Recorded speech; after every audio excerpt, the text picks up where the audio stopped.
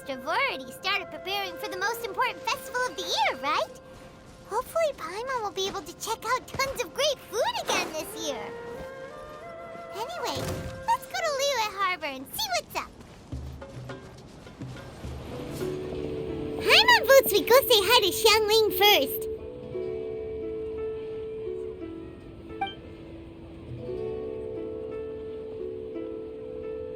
Huh? Xiangling? What a pleasant surprise meeting you here! Oh? Why, the pleasure is all mine, as is the surprise, surely. It must be fate that brings us together in this place. How have you fared as of late? I sense you are older and wiser than the last time we met. It seems your travels continue to yield valuable insights. You are too kind. So, Zhongli, are you here to listen to stories over tea again? I had originally planned to set out after this last round of tea. However, I had planned to take a walk to Chimes village and gather some nascent bamboo shoots, which are currently in season. A villager there once gave me a small sample, and they possessed a most excellent flavor. Huh? Nascent bamboo shoots? Why can't you just use normal bamboo shoots instead? What's so nascent about them? Wait, Paimon knows! Because Zhongli prefers the finer things in life, right? Okay, Mr. Particular, let me guess. Ahem. The nascent bamboo shoot has a uniquely tender texture and a delicate sweet taste that its normal cousin cannot match. An astute observation, Paimon. You know me well indeed. Oh, she totally Lantern Rite is almost that. upon us, but besides the bamboo shoots, there are a few other items I have not yet procured from Director Hu's list. May I ask if you have already made arrangements for the days ahead? Well, we were planning to use the opportunity to say hi to some of our friends, but before we were able to figure out a schedule, we ran into you. Well then, might I invite you to imagine the sheer delight that is a soup cooked with the freshest nascent bamboo shoots in all the land. Generous cuts of pork belly and crisp, fragrant bamboo shoots placed together in the pot and left to simmer slowly for half a day. You're doing this on purpose, aren't you? Paimon's onto your plan. You just want to hoodwink us into fetching your bamboo for you. Why, I assure you, I would do no such thing. I merely wish to inform you of the freshest, most succulent and flavorful bamboo shoots one could ever hope to taste. Ugh, let's go, Traveler. Paimon's taste buds can't take it anymore. Collecting a few bamboo shoots shouldn't take too long. Paimon has got to get her hands on some of that soup. Such fine specimens are indeed well worth the excursion. Very well. I shall leave the bamboo shoots to you. Should you have the good fortune to find some, please share them with me as well. See? Paimon knew he was just bamboozling us. However, there is no need to rush. The streets of Liyue will be bustling with visitors and filled with all manner of celebrations during the festive period. By all means, go wherever your interests lead you. The nascent bamboo shoots would be but a wonderful final touch to a most exceptional feast. What an honor it would be to savor them in the company of friends. We're heading out. Enjoy your walk, Young Lee. Take care now, you two.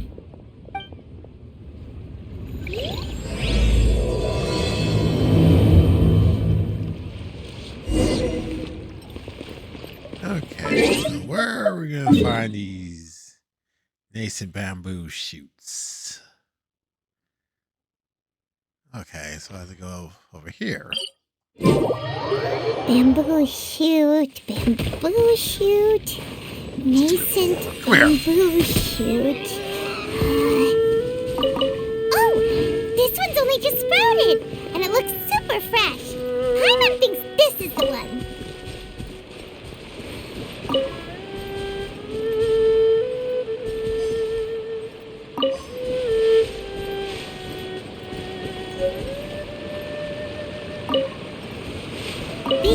enough.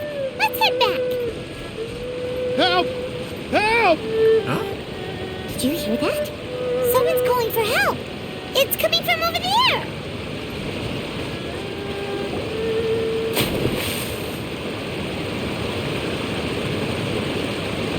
Are you okay? Did any water go down the wrong pipe?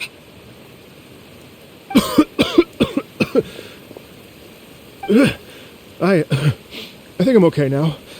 Thank you so much. That was scary. Well, at least you're all right. All thanks to your savior here. Oh, a little girl? Greetings, everyone. My name is Yao Yao. It's a pleasure to make your acquaintance. Whoa, she's so well-mannered. My name's Paimon, and this is the Traveler. I'm Dvorak, a musician from Fontaine. Oh, I came through Stone Gate, intending to head towards Liyue Harbor, but then I became captivated by the beautiful scenery, and before long, I was completely lost. Just now, I was so mesmerized by the waterfall that I slipped and fell into the water. If it weren't for Miss Yao Yao's help, I shudder to think what might have happened. It's all right, Mr. Dvorak. The splashing around the bottom of the waterfall means the stone path is always wet and slippy. You definitely have to be careful. Next time you're exploring an unfamiliar environment, try to focus on what's right in front of you. Don't let your mind wander. As long as you watch your step, accidents like this won't happen anymore. Yes, ma'am. I understand. I'll remember to be more careful next time.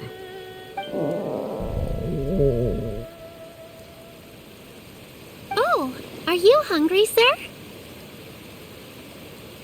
Oh, I'll be fine. Please, sir, it's quite all right. I was born and raised here in Liyue. It's only natural for me to extend my hospitality to any guests who are passing through. I expect you still have quite a long journey ahead of you. It's very important to keep your energy levels up. I still have some lotus flower crisps left in my backpack. Why don't we split them between the four of us? Aw, what a thoughtful kid! She even has some for Paimon!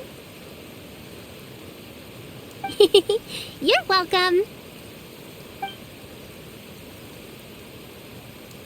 Mmm, so tasty. If only there were more. Having a healthy appetite is a good thing. It means Paimon's still growing. If I'd known I was going to run into you, I would have made a second batch. Hope you're taking notes, Traveler. This is how you treat your Paimon. What do you think, sir? Are Liyue snacks to your taste? I wonder if they're not sweet enough. No, they're perfect. When I was traveling through Mondstadt, I had a chance to try one of their moon pies. It had a meat filling, unlike these crisps. But apart from that, it seems like they follow a similar cooking process. Both are delicious in their own way. As for Fontaine's cooking, though, it's been a long time since I've had a taste of home.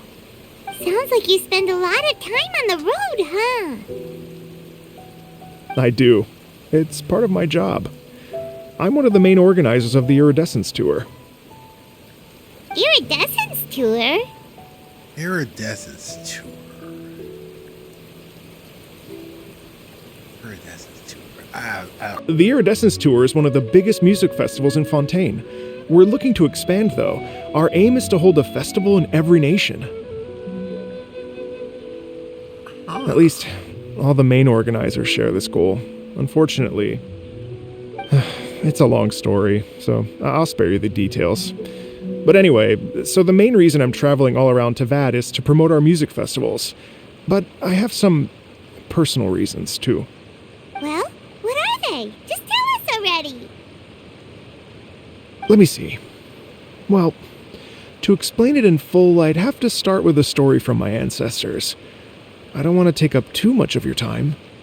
Oh, I love listening to stories. We want to hear it too. Okay, then I'll start from the beginning. The story goes that my ancestor, who was also a traveler, once slipped and fell into a lake during his travels. As he was sinking and gasping for breath, he heard a wondrous tune in the air. They say it was the most beautiful, moving melody he had ever heard.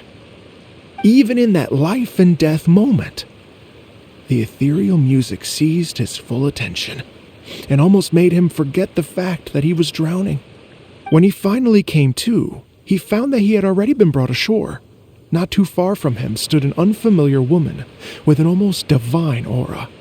Once she saw that he was no longer in danger, she left without a word. My ancestor tried to run after her to give his thanks, but although a mere dozen paces separated them, no matter how quickly he gave chase, he drew no closer and remained a dozen paces behind. In the end, all he could do was to bow in thanks to the woman as he watched her walk away towards the rivers and mountains in the distance, before at last he turned around and made his way home. Once he returned to Fontaine, he began to learn an instrument so that he could spread his story far and wide, just like the bards. After generations of retelling, embellishing, and dramatizing, people have come to think of that lady as something like a fairy. The story's become something of a local legend in Fontaine. It's called The Lady Overlooking the Lake. People now say that if you go down to the lakeside and play an instrument, so long as you play a pleasing melody, you will hear a fairy lady who is hiding out of sight, playing along with you. Wow! Well, yes. As it stands now, it's become a touch too romantic and detached from reality. But I understand the original story and its historical grounding better than anyone else. I wanted to find out the truth of this tale. So I decided to retrace my ancestors' steps and search for that lady's modern-day descendants. Of course, there's no way of knowing where my ancestor fell into the lake all those years ago. So I always knew that the search would be akin to looking for a needle in a haystack. I've spent many years on the road now, and I'm nowhere near as fit as I was in my youth. The wish that I've spent half my life chasing after has now become something of an obsession. Well, I haven't lived half of my life yet, but still, I understand how you must feel. Paimon too! It's like... imagine if you saved the center of a lotus flower crisp, which is the best part, by the way, because you wanted to eat it another day, but then suddenly, sploosh! It falls into the water, never to be seen again! Paimon would definitely remember that for the rest of her life. There's no need to feel sorry for me. I've made some progress over the years. For example, I've concluded that the story must have taken place in Liyue. Oh, so you finally found a lead?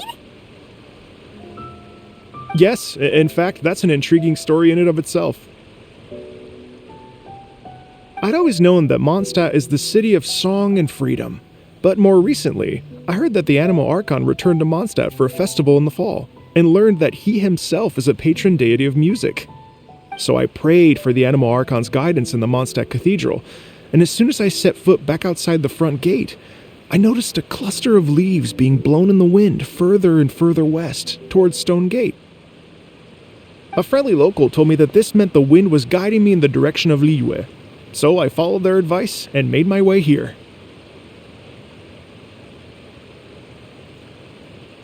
Right? You get it.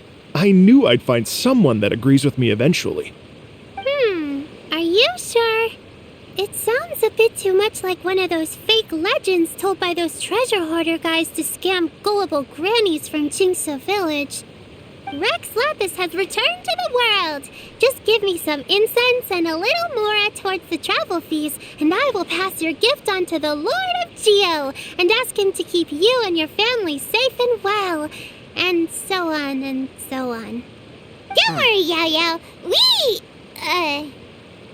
have a lot of experience with deciphering omens and stuff.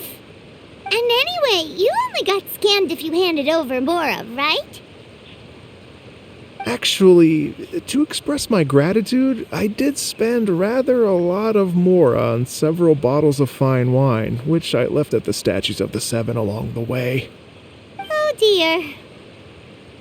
Oh man, those must have cost you a lot. How about this, ladies and gentlemen? Why don't I bring you all to Yujing Terrace to see Miss Ganyu? I don't know very many people, so I can't help you out much. But Miss Ganyu and the Qixing know just about everything. If you've been scammed, they'll help you get your Mora back. And if the wind was telling the truth, and you want to keep looking for that lady's family, they'll be the best people to ask. But you've already helped me so much. Well, I was going to take some new medicinal herbs and plants I picked to Miss Ganyu anyway, so it's no trouble at all. You know what? It's been a minute since we saw Ganyu too. It should be nice to pay her a visit before Lantern Rite. All right. Well, my sincere thanks to you all. I will never forget your kindness. Okay, everyone. Please follow me. I'll be your guide. Remember to watch where you're going, okay? Uh-oh. Paimon's out of a job. Oh well. Paimon will just be a cheerleader instead.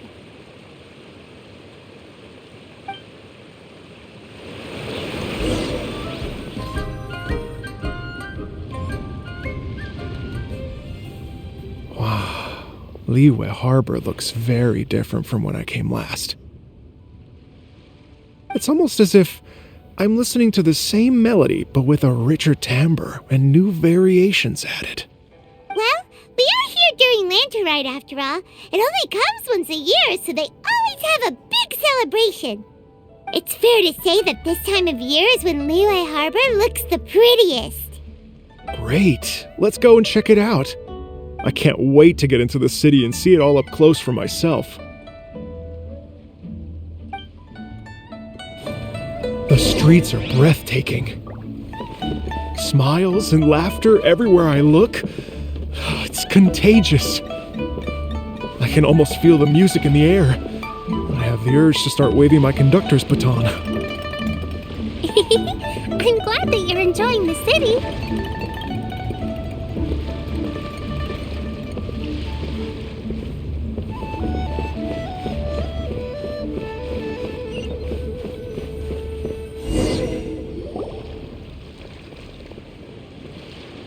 Hey everyone! Fancy meeting you all here. What a nice surprise. Hello, Xinyan. Let me introduce some new friends. They are... Traveler, Paimon, and Mr. Dvorak, right? I've known them all for quite a while. Oh, you know this guy? When I was last here to advertise a Liyue stop for the Iridescence tour, Xinyan was one of the few people willing to give me the time of day. Ah, okay, that makes a lot of sense. Feels like I've been chasing this Iridescence tour bandwagon halfway around the world, but I keep getting stood up. What's going on, Mr. Dvorak? I'm so sorry, Xinyan. We've had a string of terrible luck recently, and every time we've tried to put on a show, something or other has come up to stop our plans from materializing. Is that right? I guess it can't be helped. So, what brings you to Liyue Harbor at this time of year anyway? Thinking of putting on a music festival during the Lantern Rite celebrations? A Lantern Rite music festival? Yes, please! No, I'm actually here on personal business this time. Oh, so no Lantern Rite music festival? I mean, that's not just up to me. Hosting a music festival takes a lot of funding and personnel. Moreover, I've never worked with the Liyue authorities before. Even if I were to start putting something together right now, I think it'd be too rushed. Wait, but we're going to meet the Liyue Qixing, aren't we? And they're the ones in charge. Uh-huh, that's right. Miss Keqing and Miss Ningguang can make anything happen. You mean... what? This is the perfect opportunity! Well, sure, it might not work out, but it can't hurt to bring it up as a suggestion. That's the spirit! See, even the Traveler agrees with me. Mr. Dvorak, don't let yourself be put off by the fact that a few things haven't worked out recently. As for the performers, I can put you in touch with some local artists. My friend Yunjin is a well-known opera singer in Liyue. With her support and a commissioned song from the Yunhan Opera Troupe, we should be able to get something going. But what about you, Xinyan? Are you just going to sit this one out? What do you take me for? If we actually managed to make the Iridescence Tour Lantern Rite Grand Concert a reality, you think I'd let anyone else perform the opening act? Wow! There's that rock and roll spirit! What do you say, Mr. Dvorak?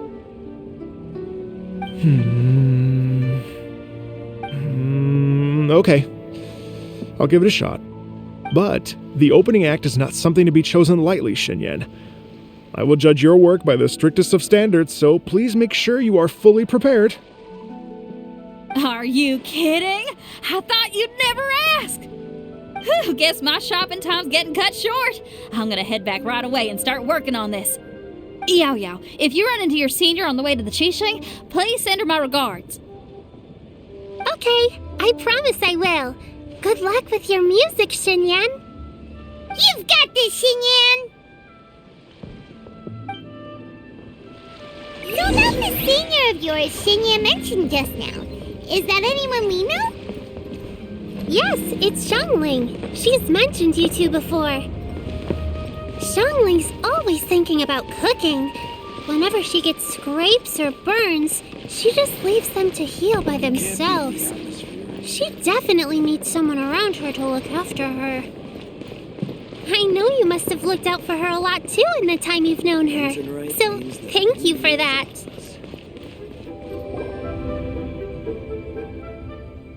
Oh, it's Master! Is it okay if I go and say hi to her?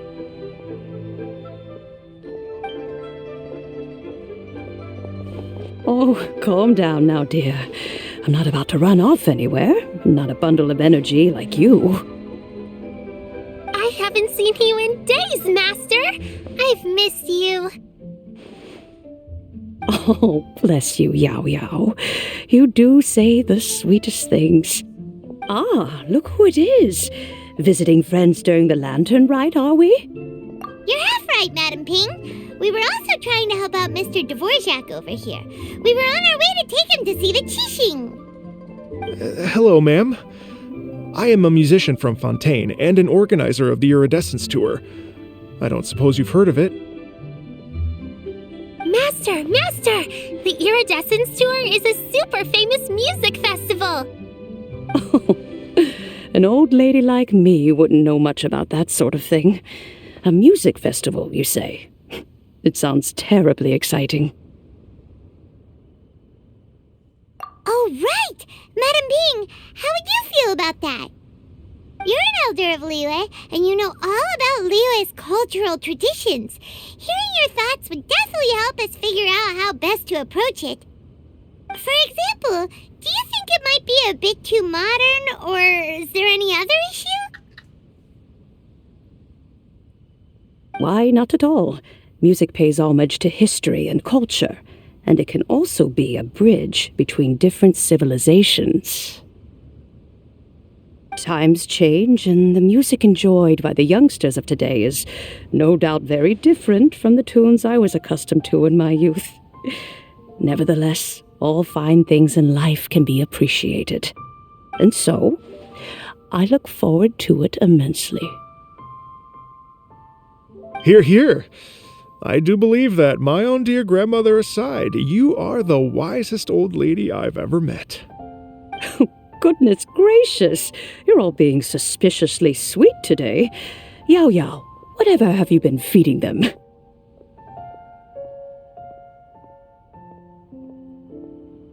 Master, you're in such a great mood today. You're even cracking jokes with the rest of us. Oh, well, I'm sure you must have plenty to be getting on with, yes? Run along now.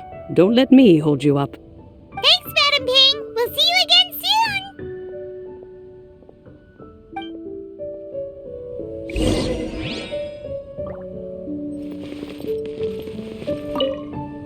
You mustn't be afraid to try new things. If you never try, you'll never know. With your contribution, I'm sure this year's Lantern Rite will be a most spectacular one.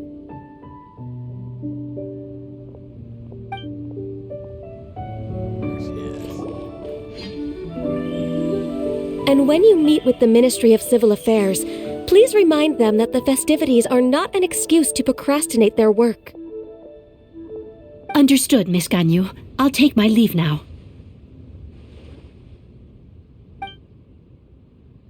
Got you! What brings you here, Yao Yao? I've brought all the medicine you asked me to pick for you. Oh, and here's a pack of sweet flower seeds as well. Also, these dried Genshin leaves make a great pot of tea that's very good for you. I know you've had a lot to deal with at work recently, but you shouldn't push yourself too hard. If you're not careful, you'll end up falling asleep in the grass again. Well, this is weird. It's like a responsible younger sister talking to their disorganized older sister.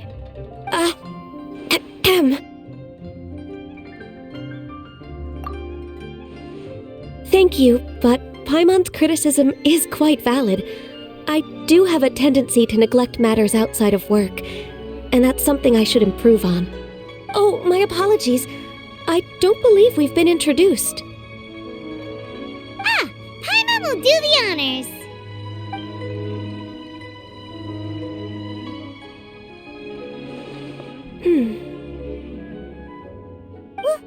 What's wrong? Did Paimon go over everything a bit too fast? It's definitely an ambitious plan. If there's anything you didn't quite catch, Paimon's more than happy to go over it again. It may be a little difficult to make this happen. Oh? Well, So, the Lantern Rite is the most important festival of the year. Our celebrations must not only be visually spectacular, but also appeal to the tastes of Liyue citizens from all walks of life. The Iridescence Tour is relatively unknown in Liyue. It's difficult to predict how a brand new show will be received. It would be quite risky for us to bet everything on this one music festival. so that's a no. All very valid points. I completely understand. Therefore, we will not replace or cancel any of our pre-existing program. However, I will submit a proposal requesting to put the Iridescence Tour special performance as the final act of this year's festivities. Some live music will certainly add to the festive atmosphere on the night of the Lantern Rite. As for the venue,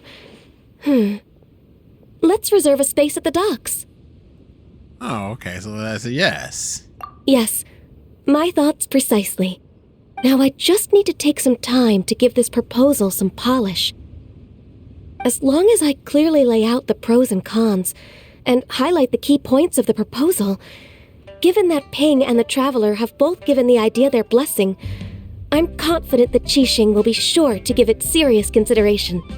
Mr. Dvorak, I will need to discuss with you the number of musicians who will be coming to Liyue, as well as their catering and accommodation requirements. Oh, yes, certainly. Let's step to the side and discuss further.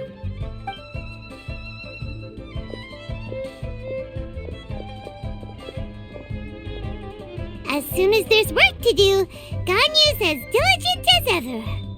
I couldn't agree more.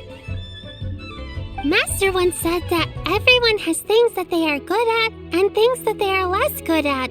So, with that in mind, Ganyu shouldn't feel compelled to become perfect at absolutely everything. I'm good at taking care of people, so that can be left to me. Wow. Hey, Yao, can you take care of Paimon too? Paimon's getting hungry again. Oh, you are not getting in on this. I'm afraid my backpack's empty now, but if you let me know what you like, I can bring you some of your favorite dishes next time we meet. Apart from lotus flower crisps, what else do you like? Anything sweet, and anything that's made from slimes.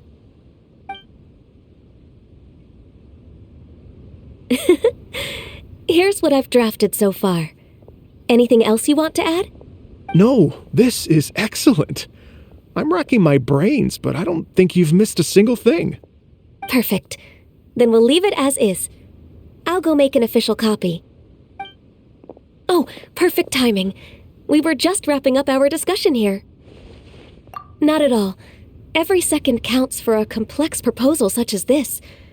I will inform the Qixing of this development immediately. Please give me a moment to pass on the message. Yao, thank you for bringing my herbs. I will make sure to take them.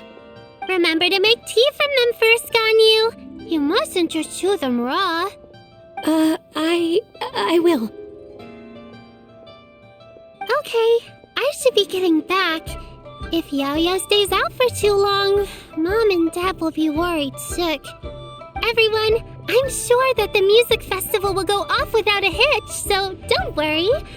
And in case I don't see you before, I wish you all a very happy Lantern Rite. Thank you, Yao Yao. Happy Lantern Rite to you, too. We should go get dinner together sometime!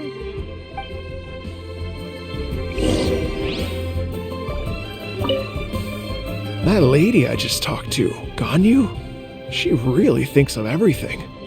It got me wondering, could it be that all our failed attempts so far have been down to our failure to properly prepare for different contingencies? 2 hours later. Greetings, Traveler, Paimon, and Mr. Dvorak. Call me Kuching. Ganyu has brought me up to speed on everything. I'll get straight to the point. The Qixing have approved Ganyu's proposal. Over the next few days, I will be working with Mr. Dvorak on behalf of the Qixing to facilitate the organization of this concert. Yay! That's awesome! Please, the Qixing have a duty to deal with matters such as these. We have merely moved things forward to the next step. On a more personal note, I am an avid supporter of all things new and innovative. As such, it is my privilege to work with you on this exciting project. Thank you so much, Kuching. I'd become quite discouraged after our recent failures and was expecting the same outcome once again, so I didn't dare to get my hopes up. Never in my wildest dreams could I have imagined this going so smoothly. It's like a dream come true. Right, time for me to call in the performers. To stage a concert at a high-profile event like this is a rare opportunity. We'll make sure it's a night to remember. Yes! Our music band's finally getting fired up! Yes, indeed.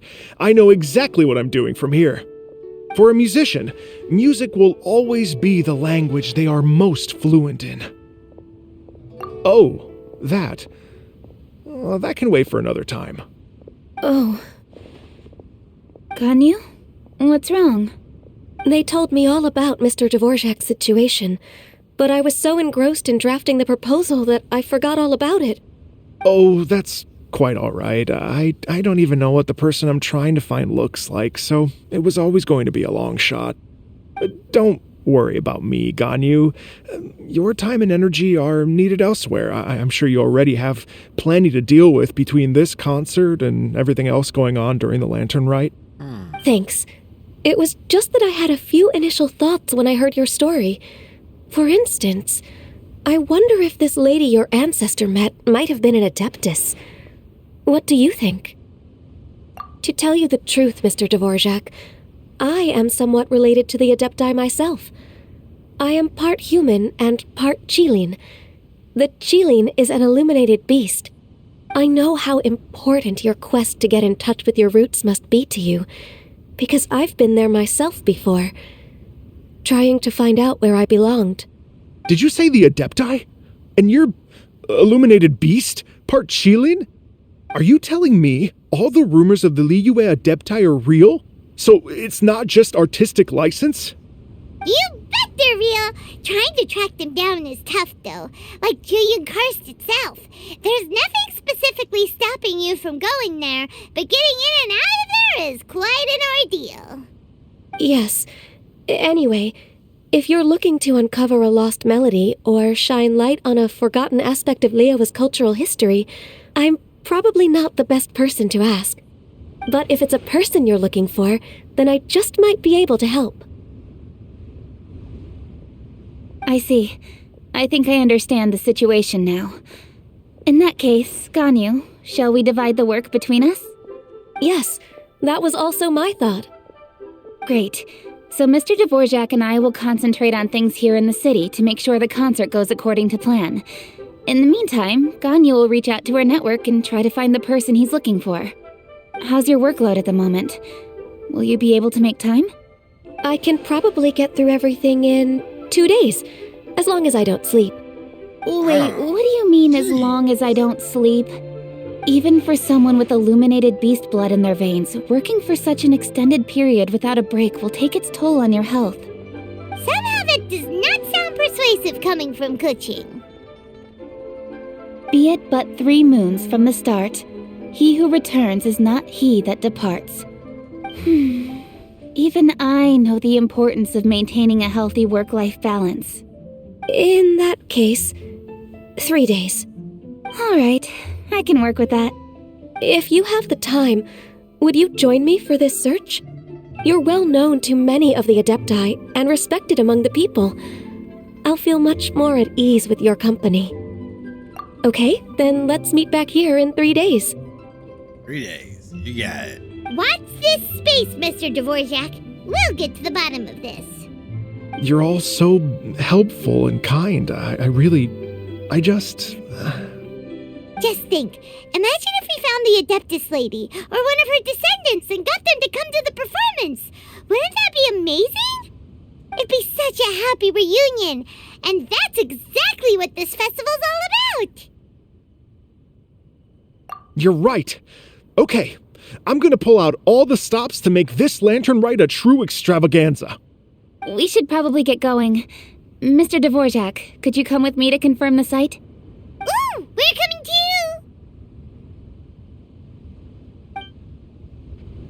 I was wondering, what are your thoughts on music? What does it mean to you? Music sounds nice? Truth be told, the question of what music means to people is one that I've been pondering for quite some time. Let's revisit this question after the concert.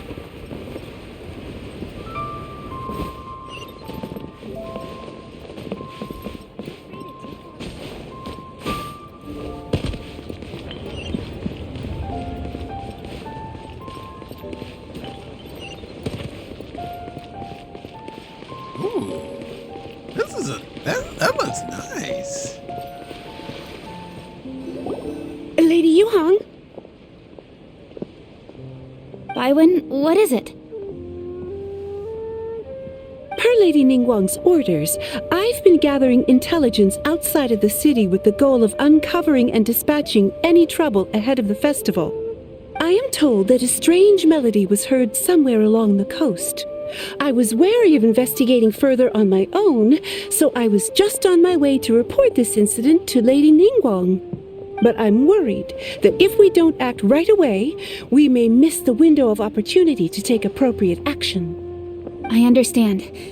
In that case, Yeah, Kuching, you're busy enough as it is. There's a ton of different things in the city that needs your attention.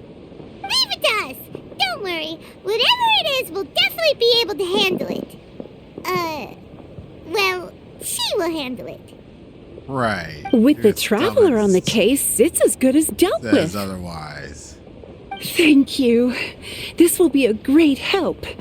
I will inform Lady Ningguang about the situation. Once it's resolved, please come and find me again at Yujing Terrace and let me know.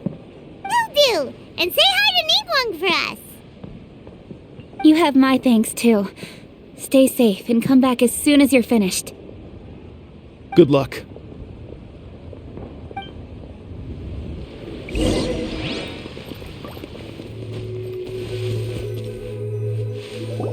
Byron said the strange tomb is coming from around here, right? But Paimon doesn't hear anything. There doesn't seem to be a soul in...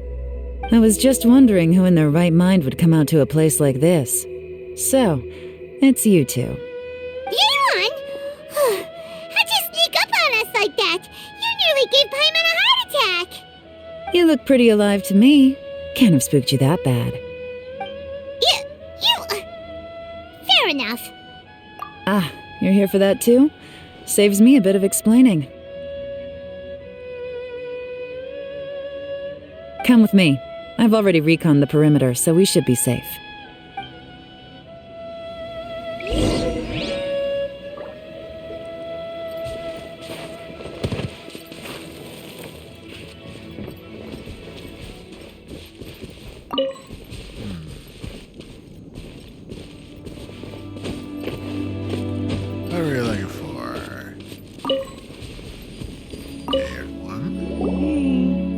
like the door is in pretty good condition, though.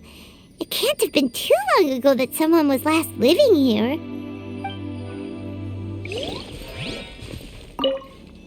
This place is completely empty. There's nothing valuable left here at all.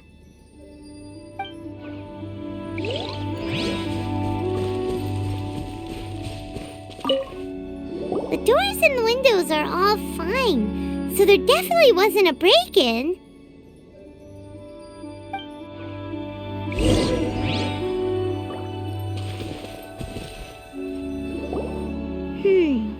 How strange. It looks like it's been looted, except for the fact that there's no sign of a struggle. The bad guys could have sneaked in while the owner was gone, but then how do you explain why the door and windows are intact? Seems you've done a pretty thorough inspection. So, any theories on what might have happened here? Yaylon, you didn't hide some of the evidence from us on purpose, did you? Why would I make this more difficult for you? We're on the same side here. Okay, well, Paimon gives up then. Paimon's got nothing. What about you? Give up as well? Your instincts are pretty good. Or perhaps it's not instinct. The strange melody is one of the few pieces of information you have available, after all. Let me share a folk story with you. A long time ago, there used to be a group of bandits in the Liyue countryside who would sound a horn every time they were about to raid a village. But it wasn't a rallying cry to rouse their fellow men. It was a disconcerting tune, meant to intimidate the weak and warn them of their impending doom. To escape with their lives, the villagers would abandon their homes and flee overnight, taking only their most valuable belongings with them. Everything else was left behind. The bandits were eventually brought to justice, but the fear and trauma remained in the villagers' hearts. Whenever they heard that melody, they would feel like their lives were in danger once again, and flee immediately. The culprit of this crime exploited that very fear to get access to this house without having to force their way in. That's quite the story. The victims obviously will have gotten quite a fright, but at least they won't be in any great danger. The important thing now is to find this copycat criminal. On any other day, that'd probably be a good idea.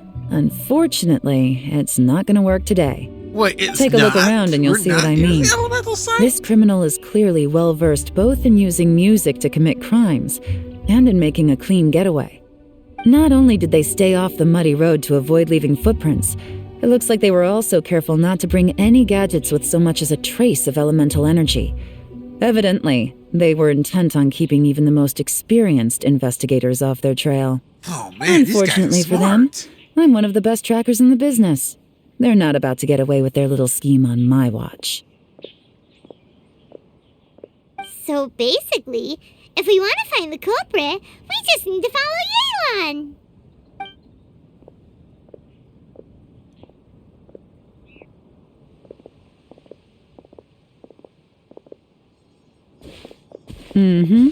As long as you can keep up. Since the culprit's trying to be cautious and low risk, I'll bet they left through an area with some vegetation for cover, but not so much that it would slow them down.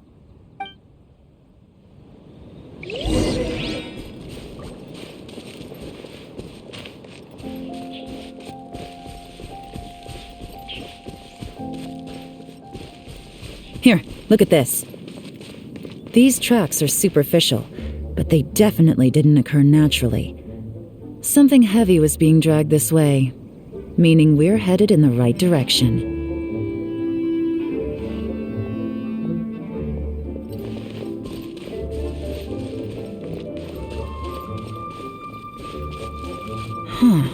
Their pace is increased.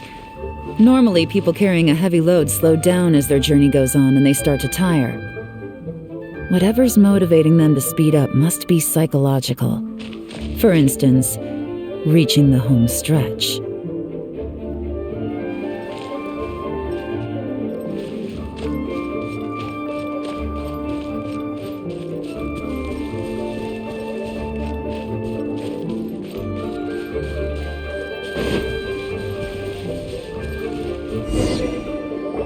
There they are! Look! A important. Ugh, not the treasure hoarders again. And so close to Lantern Rite, too. 'Tis not the season for their antics. Come on, let's round 'em up. Usually always treasure hoarders this time of year. Hey, who are you? Where did you come from? The evidence is conclusive. Okay, confess and we'll go easy on you. My patience is running low, so why don't you do us both a favor, You kidding me? You think I'm scared of you? Perhaps not, but you should be. Alright, time for a beating. Busted!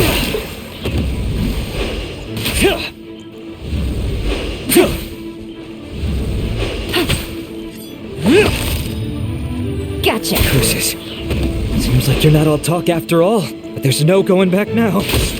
Better up my game.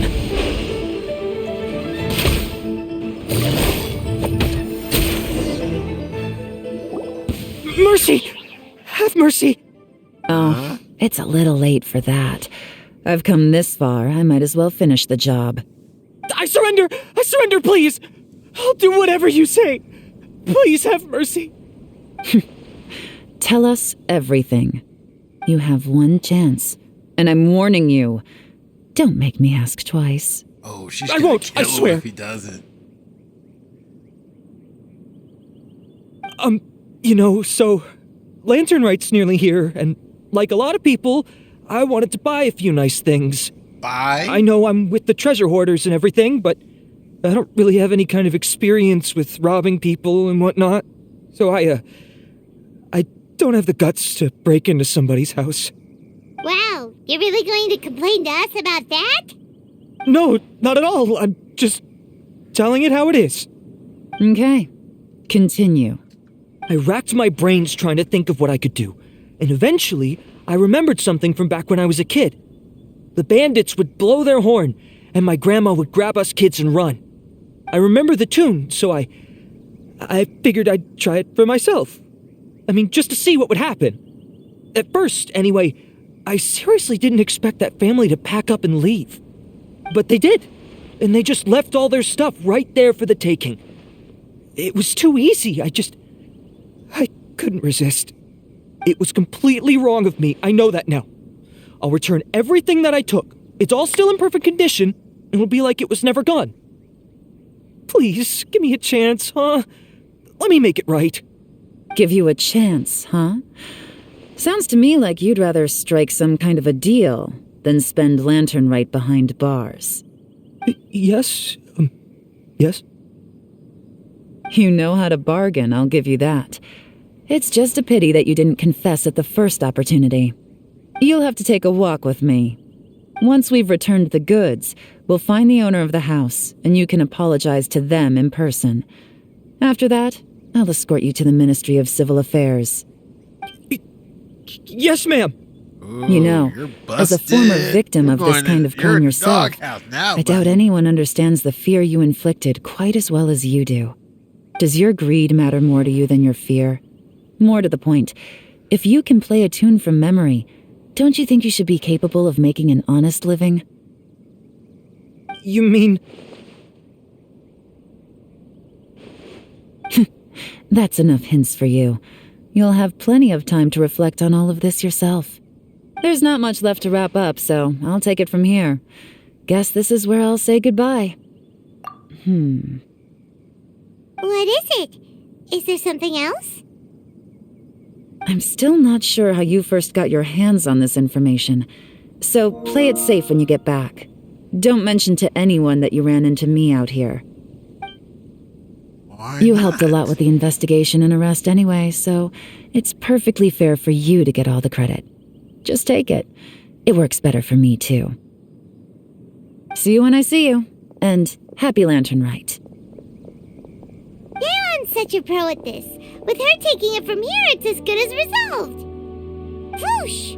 Random event, a strange melody, complete. Although, It's kind of a shame that we never got that treasure hoarder guy to play the melody again. Yeah. What? How could anyone not be? When we were chatting with Mr. Dvorak, music seemed like such a positive thing. And most music is, right? It can help us relax, feel all warm and fuzzy, recall happy memories, or even just think happy thoughts. Paimon never imagined that music could be used to commit crimes. Oh, really? Huh. Makes sense. Paimon's musical understanding improves again! Well, Sure anyway, does. now that everything's resolved, let's get back to Liyue Harbor. Byron's still waiting for us with our random event rewards. We're supposed to be getting bamboo shoots for John Lee. Remember that? No, we're not in a rush, but Byron, we're back!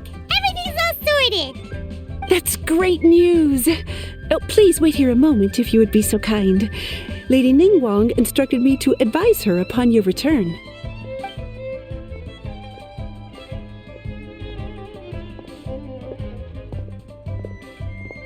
My greetings to both of you. Long time no see.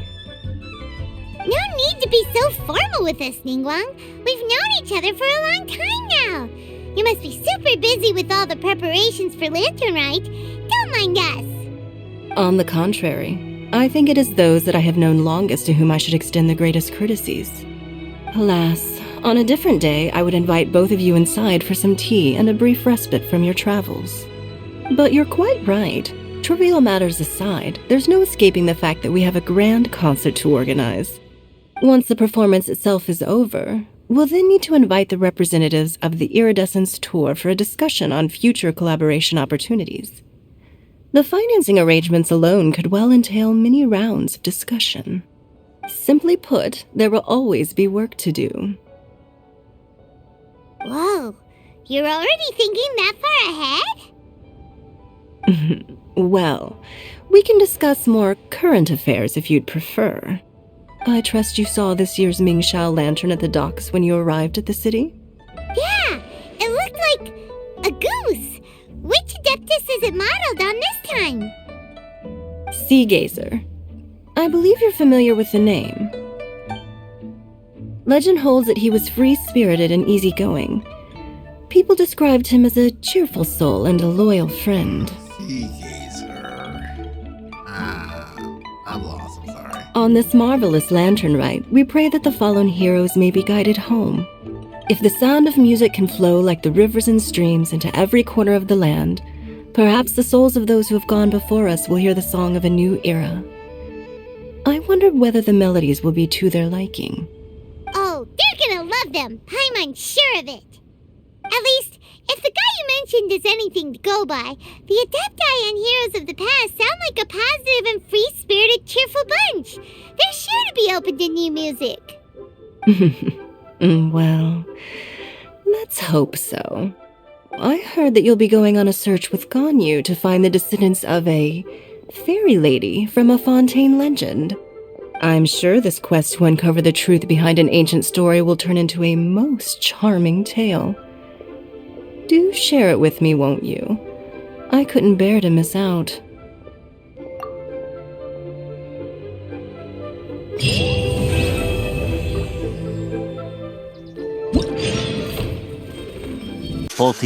Hours later. Looks like it's about time for us to meet up with Ganyu. Let's head to Eugene Terrace.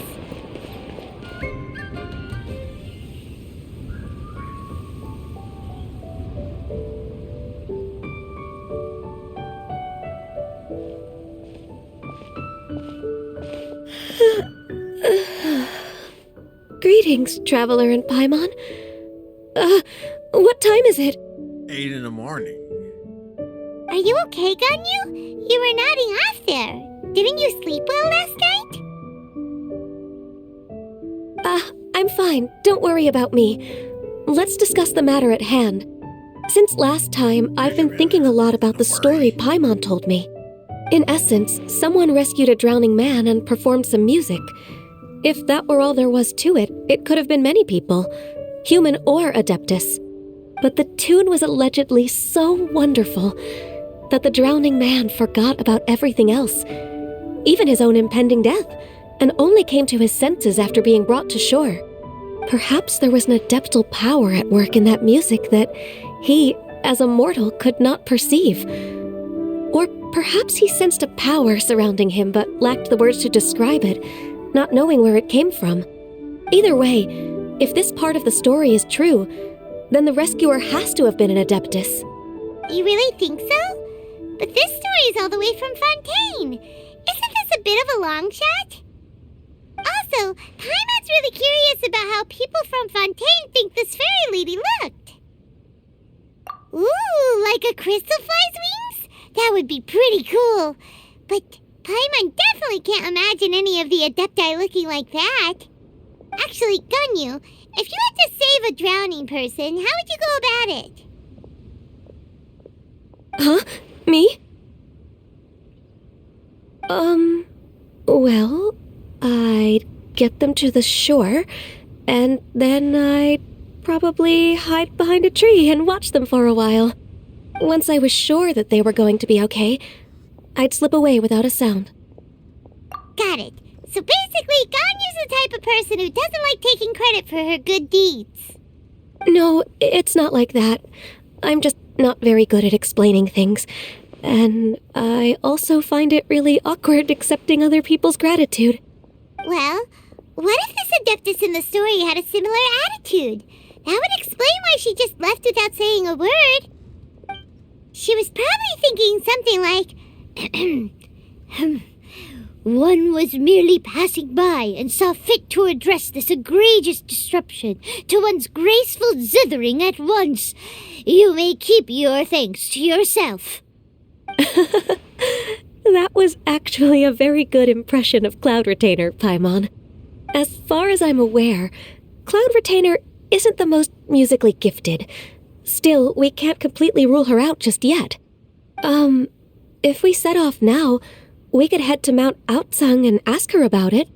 You'll be able to confirm either way if it's her, and I can, I've been in Liyue Harbor for so long now that I'm just not as familiar with the Adepti anymore.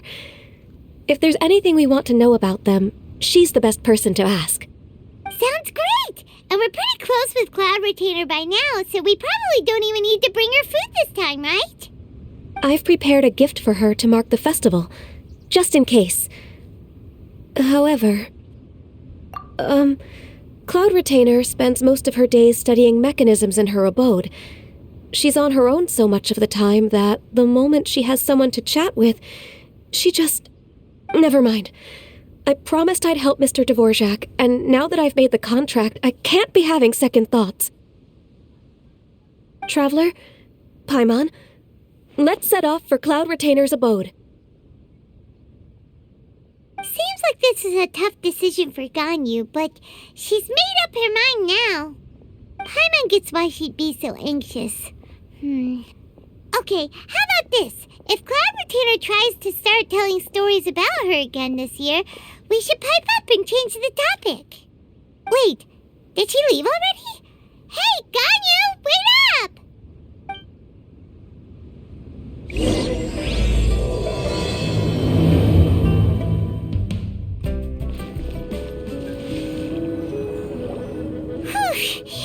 Paimon's so tired from trying to keep up. Don't either of you need to take any breaks? But you can fly. I can't believe it. Cloud Retainer is not here. Huh? Did we miss her? She doesn't like to travel, so in the past, it's always been the other Adepti who come to visit her during the festivals. True. Now that I think about it, Cloud Retainer would be quite capable of taking care of anything on her own. There's no need to worry about her. Since she's not here, I guess the next step is to check all the other Adepti abodes, one by one. Uh-oh. Will it involve a lot more traveling? Again, you're floating. Got it! Paimon has a great idea! Please go on, Paimon. Our our goal here is to find the Adeptus that helped Dvorak's ancestor, right? We can't hear any music right now, but if she's really as nice as the story suggests, she'd definitely come to help anyone who was drowning, right? Yes, I think that's fair to say. So, all we have to do is get the Traveler to pretend to fall into the water, and the Adeptus will come to the rescue! Why's it gotta be me? You know perfectly well that Paimon can't swim! Paimon would sink like a rock! Just trust Paimon! The water's pretty deep over there! Quick, swim to the very center!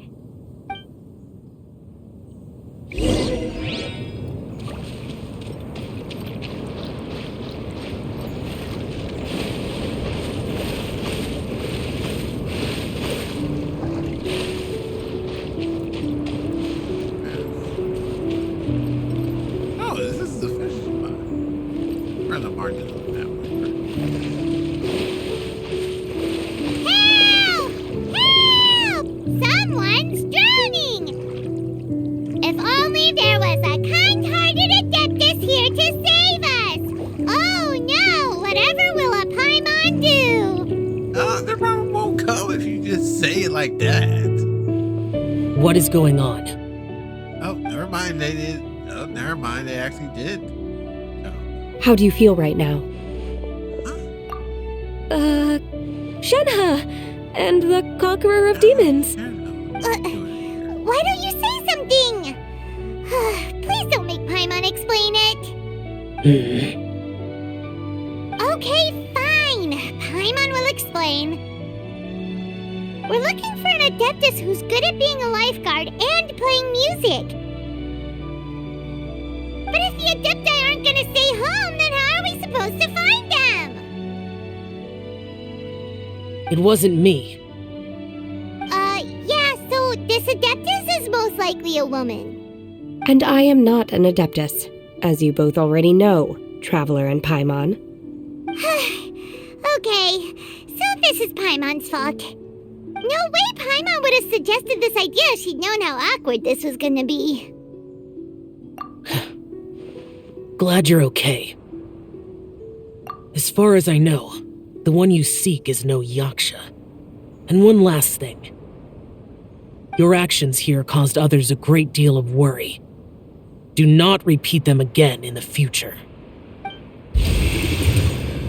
As ever, the Conqueror of Demons comes and goes, just like the wind. Right.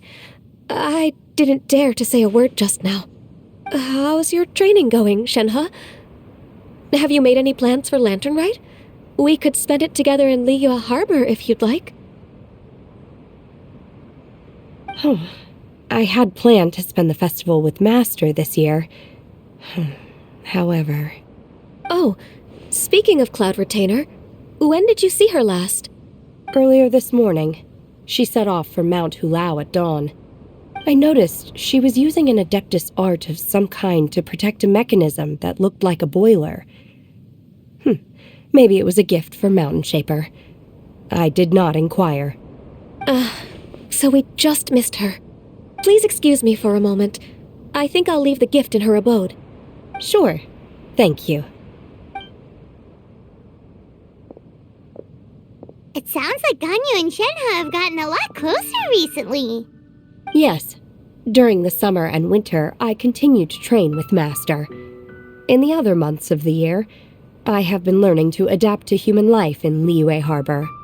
Ganyu arranged accommodations for me in the city, and also recommended several work positions for me. But when I try to blend in by referring to her as Miss Ganyu or Lady Ganyu, like the others, she says I mustn't address her like that. Sometimes I'm supposed to copy other people. Sometimes I'm not. It's a little difficult to keep track of everything. Oh, is that what it is? Noted. So, you came looking for Master today because you wanted to ask her about the Mystery Adeptus. Is that right? Yep. Oh, speaking of that, have you ever heard any music while out training in the mountains? Music? What is that? Music is? It's a relaxing sound, or a nerve-wracking sound, or even a terrifying one. Okay, I'm done. I also left her a note so that she knows where to find us. We won't miss her again. Yay! That's really helpful. Thanks! We were just talking about this thing called music, and based on Paimon's description, I do believe I hear it every day. Please follow me. Oh, really? Great, let's go!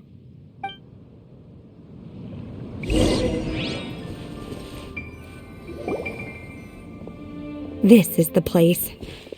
I enjoy training here to the sound of music.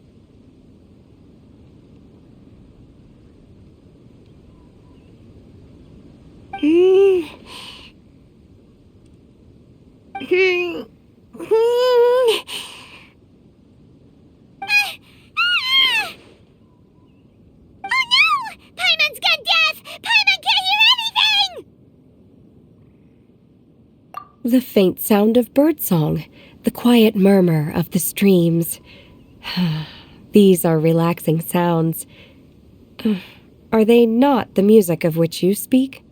Oh, Paimon wasn't quite done with the description. Okay, fine, it's all Paimon's fault. What we're looking for are not the sounds of nature, but melodies played on special instruments. And a melody is?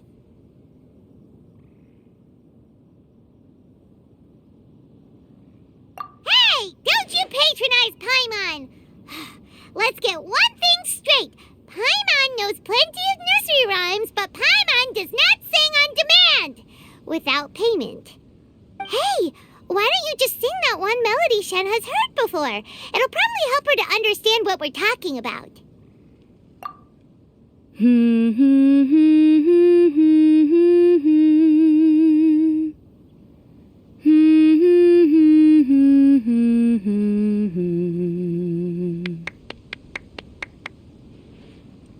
Oh, was that from the opera that Yunjin sang? That was a melody, and melodies can be called music. It felt like I was transported back to the past. In my mind's eye, I could see the Zhao lanterns lighting up the night sky again. We're all there, raising our glasses and drinking to our heart's content on the Jade Chamber. As I watched Yunjin's performance, I felt a warm sensation in my heart. And as the drink reached my stomach, it went from warm to hot. When you hummed that melody just now, feelings from a whole year ago came right back to me, as strong as they were on that day. So that's the power of music. Wow, Shenhe. That was so deep! Music definitely has the power to bring up memories. It's like a time capsule with all the special moments from our lives squished inside. What about you, Ganyu? Are there any melodies that have left a deep impression on you? I don't remember if my parents ever sang any lullabies to me. I know some local folk songs, and a few other things come to mind too. The songs of the sailors down at the docks, the little ditties that the vendors call out in front of their beloved shops, the tunes of folk artists performing on the streets. Yes, that's right. In the past, whenever I heard the sound of those tunes, I always felt that they were worlds apart from me. Many in Liyue probably view me as a non-human, and they are right, in the sense that I never could connect with humans' artistic expression and their sentiments. So I haven't been able to integrate into their community and be a part of their lives. At least, that's the view I held in the past.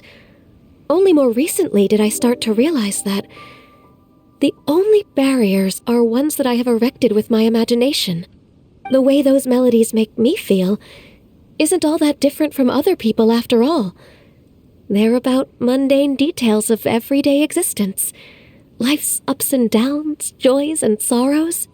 Even though we come from different backgrounds and have different stories to tell, when it comes down to the most common things that we see and experience around us each day in the city, in that sense, we're all the same. You go, Ganyu! You're really making progress. You have loads of friends in Liyue Harbor when you think about it. Like, okay, maybe some are more like coworkers and bosses, but at the very least, Kuching and Shenna are your friends now, right? Yes, I am. Technically speaking, we should refer to each other by the conventional forms of address used among fellow disciples. But now that I know what constitutes a friendship, I do believe we are more friends than co-disciples. Thank you, everyone. Once the days are warmer, I would like to host you at my home in the city. Please invite Kuching as well. I've planted many types of flowers. I'm sure some of them will be to your taste. You are too kind. I couldn't possibly. Nonsense. You are my friend. I have cultivated and cared for the flowers just as you taught me. Once you've seen them for yourself, I am sure you can advise me how to do an even better job next time. I will save some for decoration. We can feast on the rest. Then, thank you in advance. Wait, what is that saying again? If you insist? Do people say that? I'm not completely sure either. It doesn't matter, okay? You got the point across. No need to split hairs. Paimon's more concerned about your idea of a girls' night out. Eating flowers? Really? Does this have anything to do with you both being the disciples of that illuminated bird?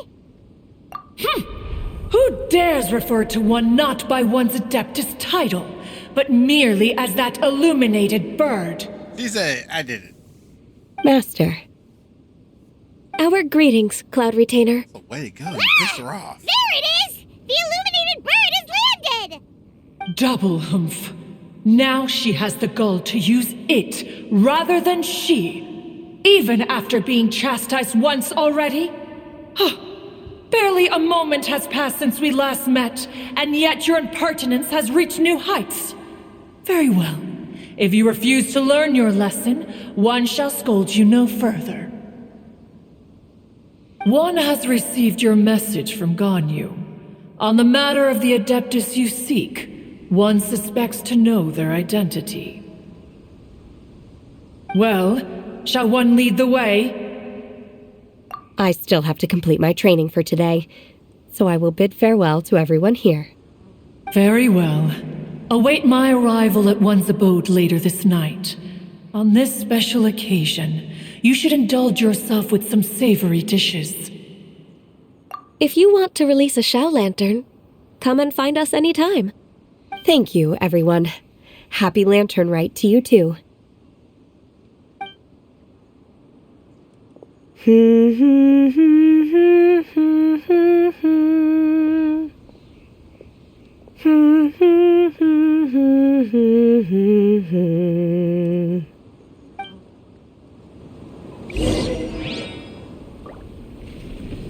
Is this Quaily Plains? Cloud Retainer, why did you bring us here? Ganyu is of course familiar with the name Guizhong, but have you ever heard of her? Guizhong is another name of Agentis, the god of dust. She was extroverted in nature and adored social gatherings and inventions alike. Long ago, this region was yet a prosperous assembly. Guizhong often invited her friends to visit her home, reserving for us seats around the largest stone table. Seagazer would always bring out his latest treasure and place it upon the table. He could be quite the braggart. Though usually a mild-mannered fellow, when it came to those collectibles he was so fond of, he always loved to show them off. Paimon remembers that name. So that's what Seagazer was like. He was an old friend and a former rival. One has many memories of him. Once he had brought out the treasure, it would predictably become the center of attention. Neither Guizhong nor one was content to let him just steal the spotlight. So we would then also present our proudest mechanical creations. As Adepti, we were each gifted in our own ways, and naturally proud of our accomplishments in our respective fields of expertise. As a result, one often quarreled with Seagazer. His treasures were not even of his own making. He just used his exploration skills to dig them out of the ground. How, pray tell, could he compare to me, when every single one of one's accomplishments were crafted by one's own hand? Cloud Retainer, you are getting competitive again. One digresses. Regardless, every time an argument occurred, Guizhong would come over to watch us during our mutual lambastics. On some occasions, she would join in, and on others, she'd take one of us by the limb and start uttering the most ridiculous nonsense. What kind of nonsense? No kind of nonsense were we spared. Sometimes she would brazenly opine, why argue between yourselves when neither of you could ever hope to beat me? Other times, she would make unsolicited suggestions, such as, once you two are done arguing, let's go to the foot of the mountain and grill some meat. She always sought to make everyone happy, and one must say, she had quite the gift for it. No matter what nonsense she said, one never felt bothered or offended. It also helped that she never referred to one as that illuminated bird or ladybird. Come on, get over yourself! Anyway, just as our impassioned arguments would reach the apex of acrimony, Marchosius would bring his delectable dishes to the table. Who would dare snub the stove god and his wondrous creations? At the sight of him, we would all immediately drop the argument and prepare the table for a night of feasting and drinking. Back then, one was always bothered by how the cups Rex Lapis brought were always too square for one's taste. Can you see yourselves ever enjoying a drink from a square cup?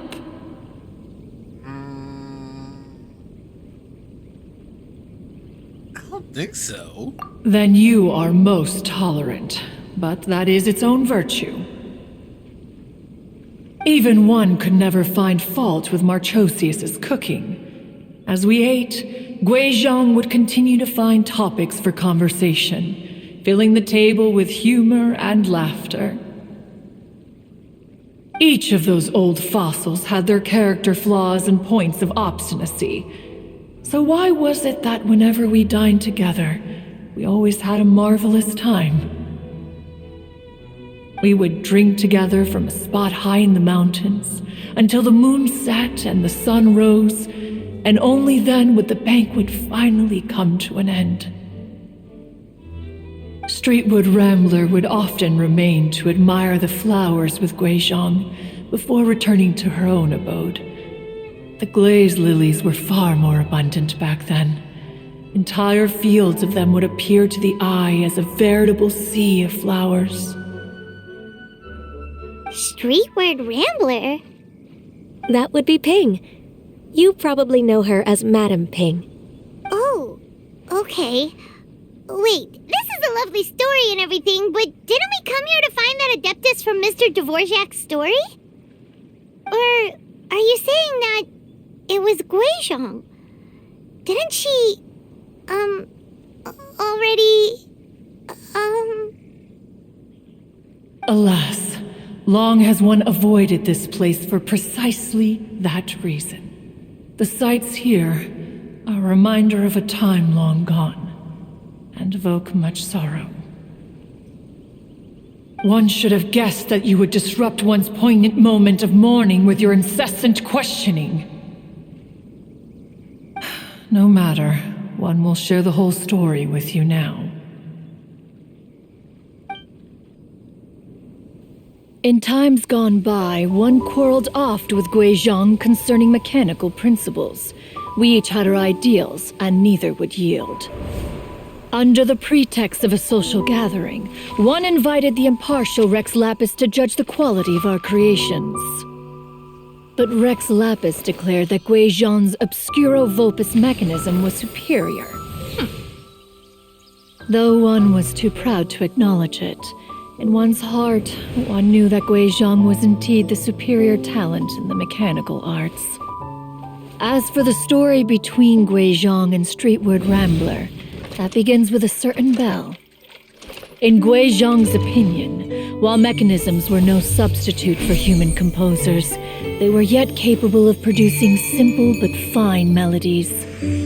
But Streetward Rambler believed music to be an expression of the soul, an emotional enterprise that could never hope to be replicated by machinery. They argued endlessly, until one asked Rex Lapis to intercede. He confiscated the bell and designated it for ceremonial use. Thereafter, one would often find them convening in the mountains, discussing music, mechanics, and all the affairs of the mortal world. But these good times were not to last. War broke out between the gods, and soon engulfed the Guili Plains. Guizhong was overpowered by the enemy, and fell in battle. When Streetward Rambler and I arrived at the scene at long last, all that remained among the ruins was her lifeless body. After this, at Streetward Rambler's request, Rex Lapis granted her the cleansing bell for safekeeping. To honor our friend's memory, one made a few finishing touches to her ballistic device. Many Lantern Rites have passed since then. Many greetings and goodbyes. Upon what do you gaze? The Guili Plains? No, it's everything.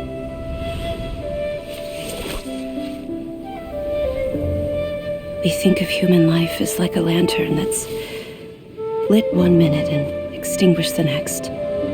But are we Adepti so different? Perhaps as dust settles after a storm, we too must one day return to the world below. One has always been austere and private by nature, and has never relished socializing. One's dealings with Guizhong were born out of discussions on the discipline of mechanics. What? You have loads of friends, and you seem pretty chatty. Just because one is not ignorant of social graces does not mean one is fond of them. One is perfectly capable of partaking in conversation despite being introverted. But in the end, one is nothing like Streetward Rambler. She is dauntless but thoughtful, not to mention eloquent and wise. Moreover, her friendship with Guizhong was far greater than one's own. Back when they were rivals, they would often compete against one another in the realm of musical composition. That cleansing bell was one of Guizhong's proudest works, having the ability to both compose and perform. Wait! That's weird. Didn't Madame Ping say she pestered an old friend for that bell? And she also said something about being a vain beauty when she was young or something. Streetward Rambler, a vain beauty.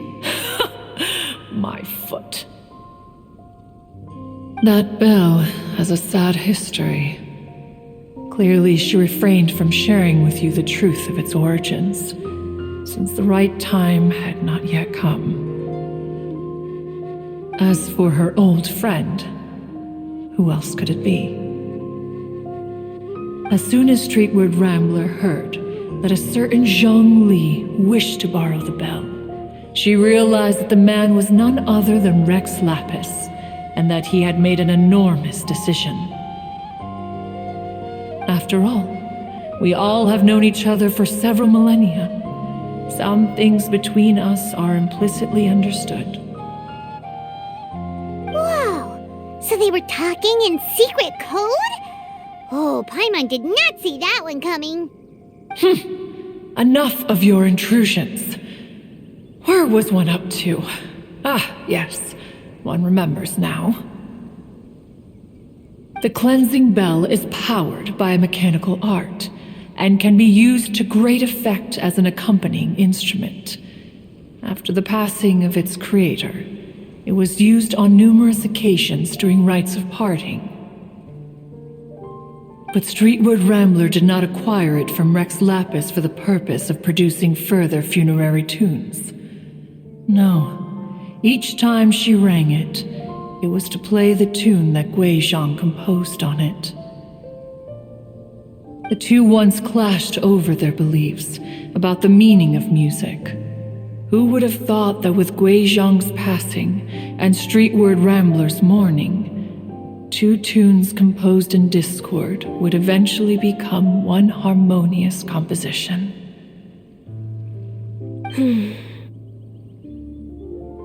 Once upon a time, Streetward Rambler also loved gatherings, liquor, and music.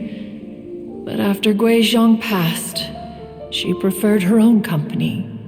She could often be found sitting alone at a mountain summit, contemplating and reminiscing with her zither. The music would go from mournful to soothing to impassioned. Many years passed before she finally composed a melody to her satisfaction. In celebration, she played the tune to the clouds. Regrettably, one has only ever heard her play that tune once. Which brings one back to the matter you've been investigating. Perhaps it was during that performance that the ancestor of your Fontaine friend fell into the water and was saved by Streetward Rambler. But if she was so happy with the melody, why would she only play it once? One was also greatly perplexed by this. After suppressing one's curiosity for a long while, one finally approached her and asked why she would retire the tune after having spent so long on it. In response, she said, "Though the strings that played that melody survive, the one who inspired it is gone. Tell me, Cloud Retainer, when the one attuned to my soul is no longer here, who else could hope to understand this tune?" Aw, poor Madam Ping. I just remember being taken care of by you when I was young. Once the Archon War came to an end, I stayed behind in Liyue Harbor to honor my contract. Although I met Guizhong a few times, I never knew anything of this particular story. Guizhong was quite the visionary, but tragically passed before her time. Her manuscripts still lie unfinished in the realm of clouds. Blank pages give one cause for contemplation on what might have been. Had you not decided to search for that mystery Adeptus, perhaps these stories, too, would have been lost to the sands of time. As of now, you know the truth. That the Adeptus who rescued the drowning man was none other than Streetward Rambler. Do you intend to discuss this with her?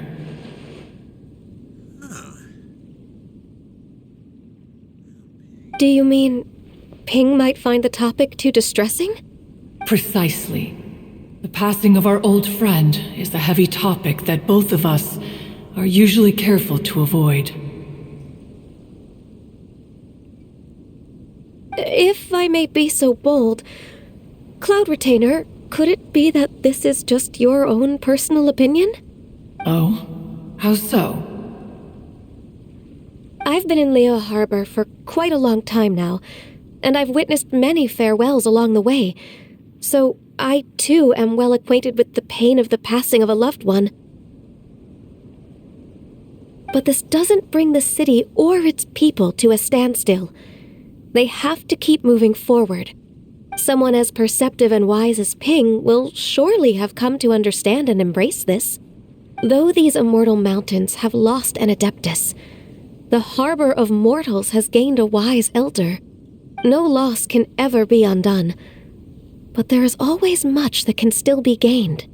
Ping has helped countless people, and will guide many others in the years to come, and all to whom she extends a helping hand become her friends. People she can admire flowers and discuss music with. Though it is heartbreaking to lose a kindred spirit, life goes on, because there are new friends waiting for you further down the road. We even asked Madame Ping what she thought about adding a music festival to this year's Lantern Rite. When we get back, why don't we just ask her if she'd like to perform? Maybe we can even get her up on stage. You youngsters and your imaginations. Why don't you come with us? It's been a long time since you last spoke with Ping, and Liyue Harbor is always decorated so beautifully during the festival period. Is not every Lantern Rite the same in this regard? Were there ever anything new to discuss, one in Ping could meet any day of the year? I disagree. Each new day and each new year is different from those that have come before. How long will you simply let them pass you by? The edibles she brought this time were indeed quite delectable. Very well. Then one will be off.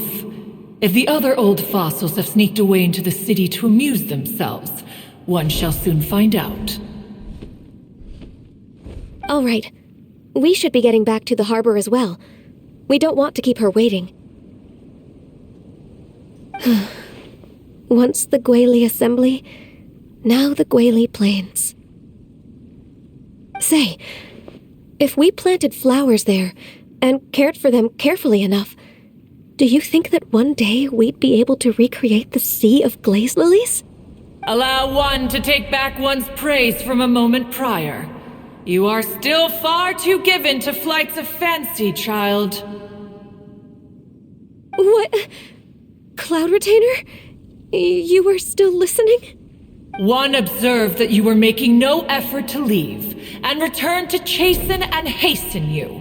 This time, one is departing in earnest. Oof.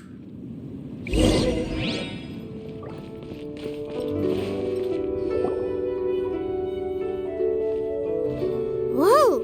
Madame Ping and Cloud Retainer? It appears you made haste after all. One arrived but moments before you. Oh, bless my soul. To what do I owe the honor? How nice of you all to come and visit me. Miss Illuminated Bird, haven't you said anything yet? Said what, precisely? And why should one be tasked with saying it? 'Cause you're the one who's known Madame Ping the longest. Street word. Or rather, presumably, you would prefer to be addressed as Ping? Oh, Cloud Retainer, you are uncommonly polite today.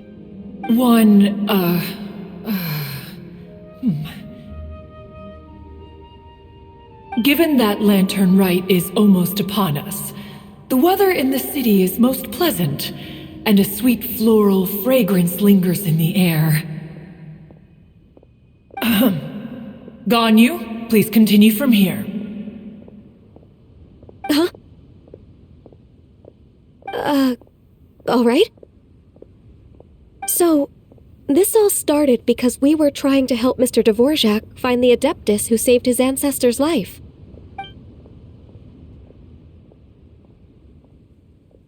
Cloud Retainer informed us that the one who played that melody and rescued the drowning man was none other than yourself. Let me think. Yes, I do believe I recall that encounter. What a long time ago that was. I'm surprised that you still remember it. Even more astonishing, perhaps, is the fact that this story has survived this long at all, when mortal lives are so very brief. It appears that she has proven herself right once again. Who's she? We like to call her Guizhong.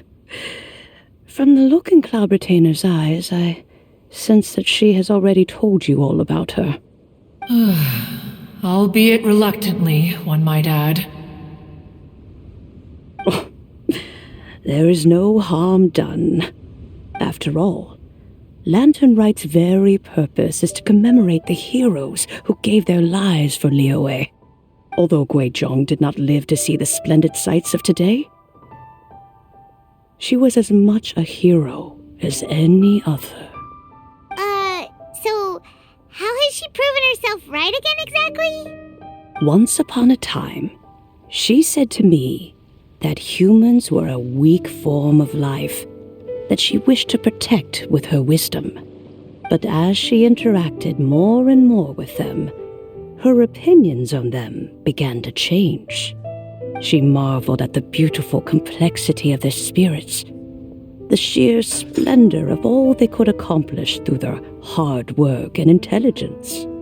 She told us that to underestimate human potential would be to make a grave mistake. With the smallest amount of guidance, enormous power can be unleashed in them, and a human who has reached their full potential may well be her equal. Someone who could have as much to teach an adeptus as to learn from them. She always had a way with words. That her mechanical accomplishments were judged superior to one's own was, one suspects, in large part due to her sheer eloquence. Speaking of mechanics, Cloud Retainer, do you still remember that potted plant mechanism? The one that the two of you gave me as a gift? Of course. Guizhong and One both put an immense amount of effort into that gift. It would be no overstatement to call it a testament to each of our individual technical genius. As Guizhong once said, it takes every blade of grass and every flower to make a homeland. When I see the sight of Liyue Harbor before us today, I am reminded of this. Madame Ping looks very emotional right now.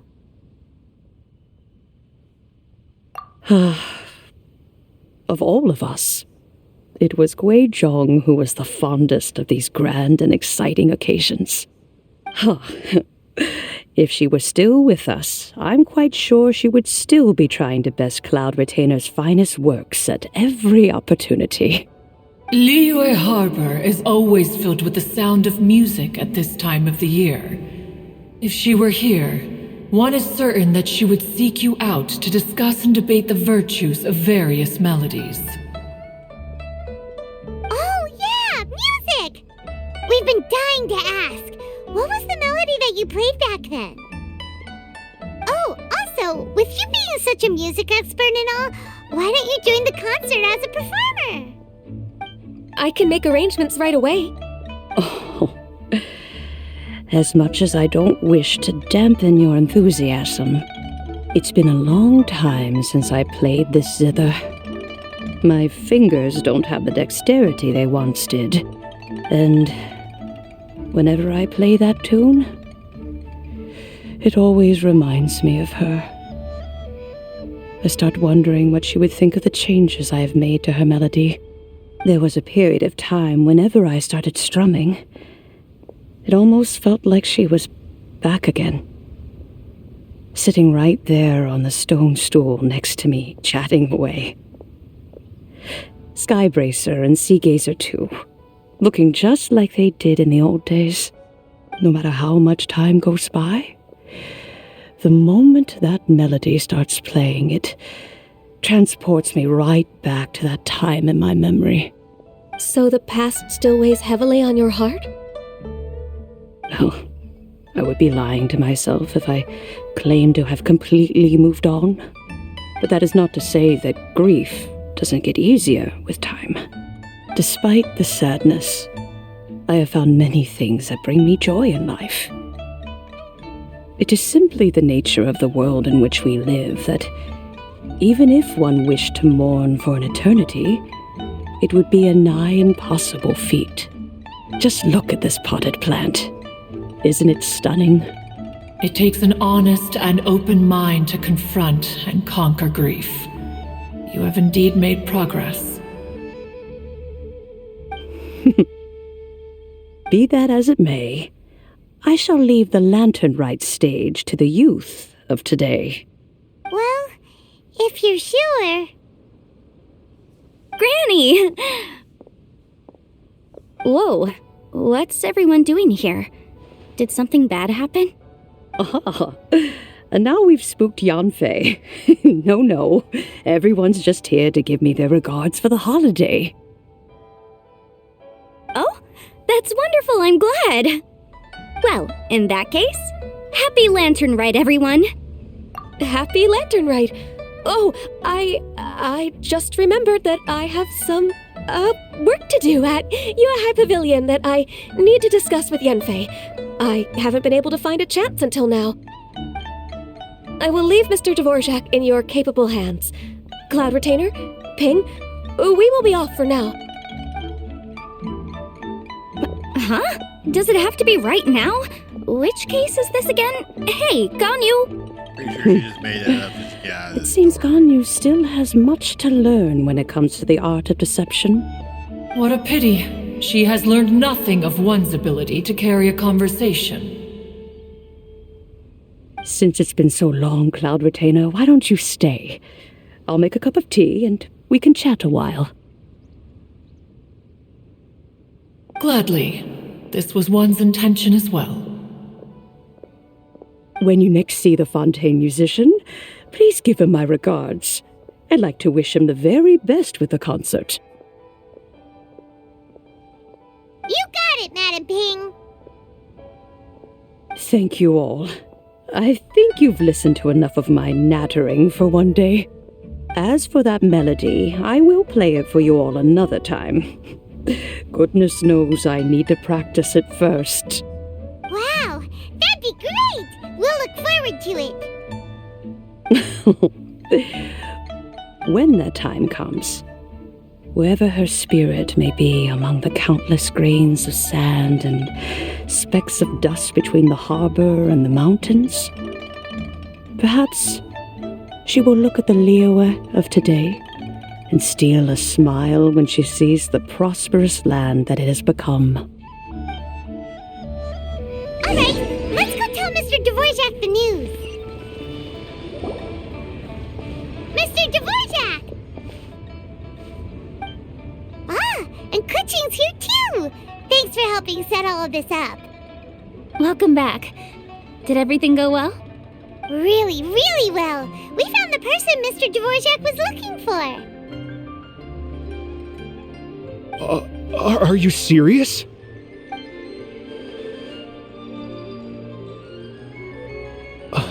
I see. So the melody my ancestor heard was an adeptus remembering her late friend? That certainly explains why it was such a powerful and poignant tune. Huh. That's a really interesting first reaction. Guess that comes with having a musical mind. I have to say, though, it's hard to believe that the fairy from the tale is now an elderly granny. Oh, Paimon knows exactly what you mean. Normally, Adepti don't age at all. But Streetward Rambler, or Madam Ping as we know her, probably only became old because it's what she wanted for herself. Madam Ping possesses vast knowledge and great wisdom. Whatever physical form she may decide to take, her mind and wits are as sharp as they come. Yep, Kuching summed it up perfectly. That's exactly what Paimon was trying to say. I think... yes. I must thank her in person. That can wait until after the concert, though. For now, I need to devote all my emotional energy to the performance. Ah, speaking of, Madam Ping wishes you all the best with the music festival. Paimon has a sneaking suspicion that she'll stay in her usual spot, but listen to the performances from afar. Wait, are you serious? Huh. Oh no, now I'm starting to get nervous. Okay, alright. Nope, another rehearsal is in order. Please excuse me, everyone. Mr. Dvorak? He's already gone. Paimon wasn't even finished telling him everything. Before we set off on our search with Ganyu, he asked us about what music means to people. After our recent adventure, Paimon thinks we have a lot more to say about that now. Please, share your insights with me. Well, we found out that music can be used for good, but also for bad. It can make people happy and moved, but it can also be sad and bittersweet. And music is like a kind of memory written in people's hearts. It can put you in touch with feelings from a totally different time and place. It sounds like you had an eventful trip. Don't worry, I'm sure Ganyu will fill me in on all the details shortly. Wait, does that mean you're gonna carry on working? Mm-hmm. Just a few things to wrap up. All the groundwork is done. As long as everyone enjoys the festival activities, all our efforts are worthwhile. Happy Lantern Rite to you as well.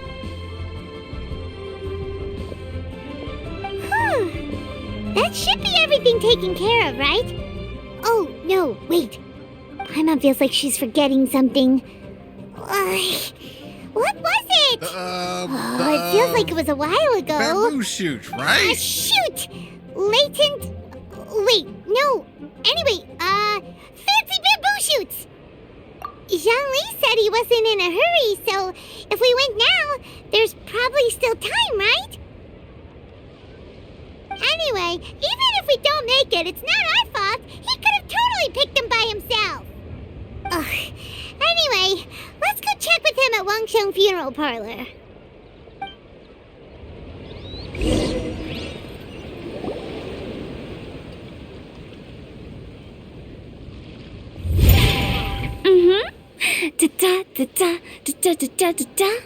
What's going on here? Oh. All right, let's take a break here.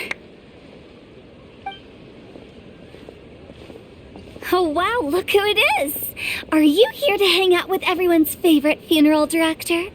So you're just casually practicing your rapping skills at the entrance to your funeral parlor? In broad daylight? Okay. After everything we've been through, you don't see me for a hot minute, and you're back to being scared of your own shadow. We have all this open space, a clear view of the mountains behind and the sea in front. Not to mention we have several invisible audience members enthusiastically cheering us on. It's the perfect spot to rehearse. Invisible audience members? Sorry about ghosts. Gotta say, it took me a few days to get used to Director Who's way of talking. Xinyan was pretty spooked too when she first got here. Just like when she sees a frog, but a giant frog with sharp teeth. Come on, knock it off. What's wrong? I've never seen someone look so confused before. Well, don't worry, because Director Who's here to explain it all. There once was a Fontaine musician who went around town on a mission. He came door to door for his iridescence tour, looking for acts to audition. With my words, Xinyan's chords, and Yunjin as our mentor, we'll take the stage by storm with flames roaring and the whole audience calling for more. For sure! The whole dance floor will be yelling encore! Encore! Oh, now Paimon's rhyming along. But when you say flames roaring, are you sure this will be safe. Oh, don't you worry about that. I'm pretty experienced on the stage, and I've already informed the Yuhong of all the pyrotechnics we're planning on using. Huh. Guess we'll just have to trust Xinyan on this one. Oh, Zhongli. He took one of those fancy meal boxes and set off for the mountains. Said he wanted to pay a visit to some old friends. It's a real pity that he couldn't be around for this. As well as being a true connoisseur of traditional art forms, he's able to appreciate Xinyan's performances too. Yeah, that's right. Matter of fact, he was the one who first invited me to perform here. To tell the truth, though, I never thought I'd really find myself rehearsing here one day. Well, now you know. The Wangsheng Funeral Parlor is a great location. All of you are always welcome to come and hang out here, especially if you're in the mood to try something new. I can speak to that. Hu Tao is always full of fun surprises. And jump scares. Actually, Xinyan, I have some lyric ideas for your part. Do you want to go through them together? Sure thing. I'm all ears.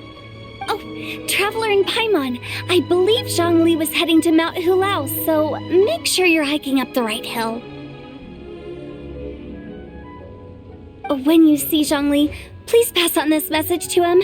It's up to him whether he wants to support us at the performance tonight, but I expect him to make time for the upcoming banquet we're planning. No excuses. You should join us too. It'll be a riot. If there's one thing I've learned from being a funeral director, it's how to throw a party. Okay, everyone. I think that's a long enough break. Let's take it from the top, shall we? Ms. Eunice, such a strict mentor. These breaks aren't even long enough to have a sip of tea. Well, you were desperate to get involved, and this is what it takes. If I gave you half the chance, you'd be sipping tea till nightfall. Hey, how about I treat us all to some late-night snacks once we're done? Hu Tao, what you craving? How about some stir-fried filet with a side of crab roe tofu? Where are we gonna find crab roe tofu so late at night? We could always just go pester Masterful Chef Zhongling. Now I'm hungry. All right, let's knock this out and then go grab some food.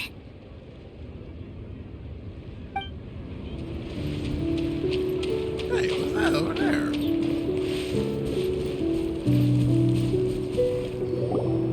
Paimon sees them! It's illuminated deer and illuminated bird number 2! A familiar face. Have you come from Liyue Harbor? How is the city nowadays? Everything's great! But if you're so curious, you can always go and check it out for yourself. In fact, Mooncarver has been taking many walks on Mount Tianheng in recent times. I believe the sights of the city are quite familiar to him. Zhongli! Here you are! We've brought the bamboo shoots you wanted. Impeccable timing.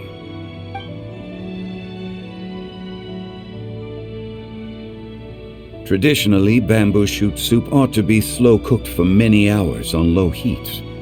Using Adeptus arts to hasten the process is something of a shortcut.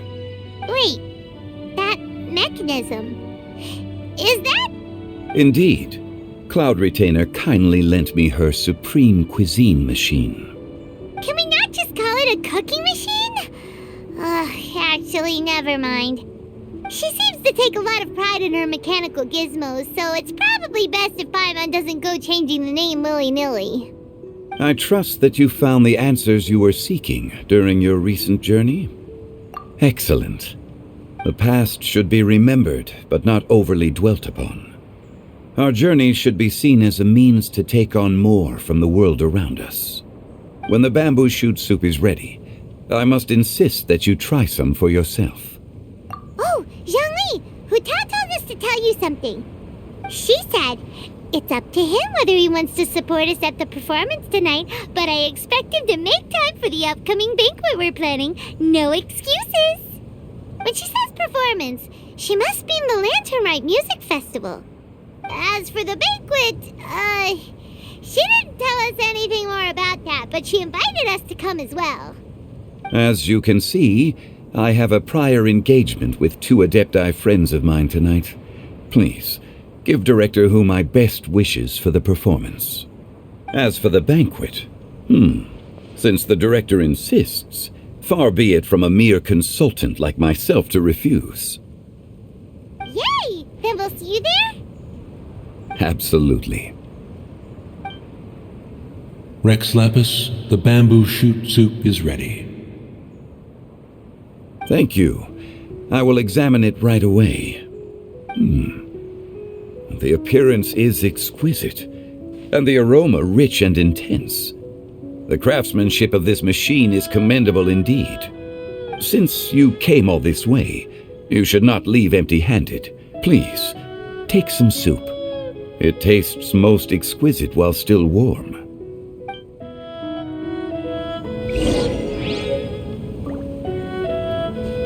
I intend to reminisce with my old friends for a while longer. You ought to get back to Liyue Harbor. There is a performance you do not want to miss.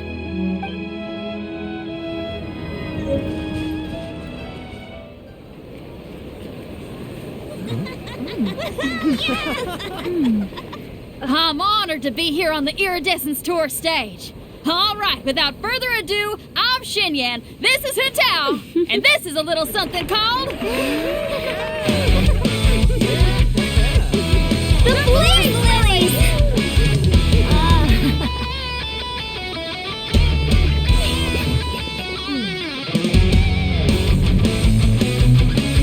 I'm up here blazing trails through the midnight sky, lighting up the world below. And when the crowds all hear my voice, they'll meet the spirit of rock and roll. Let's go! Hey, you butterfly, you two buzzing by, guiding your way to the afterlife, opening the path without a fright. Oh, I'll light the fire, watch it blaze across the universe. I'll spit my rhymes, watch your step, or you'll get burned. Hey, woo! Yeah! Does anyone have any plans tomorrow? With another year behind us, I think we deserve a celebration of our own. My treat. Interested? The Tianquan footing the bill? I can't miss out on that.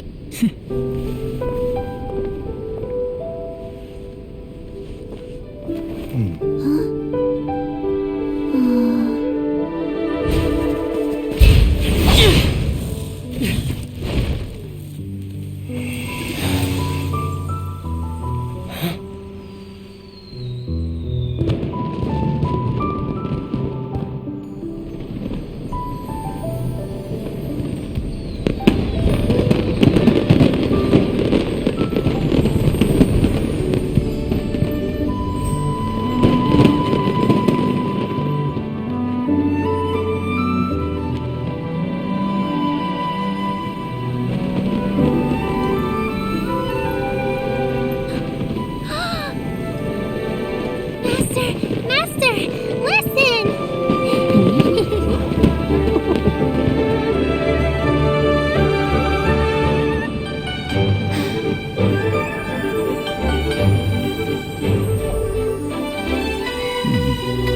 May the year ahead be a blessed one. I believe it shall be.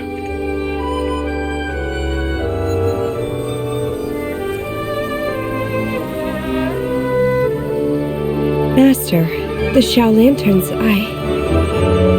Ha! Elementary. One shall fashion for you a Xiao Lantern the likes of which the world has never seen. And you must take it to Liyue Harbor to display its magnificence for all.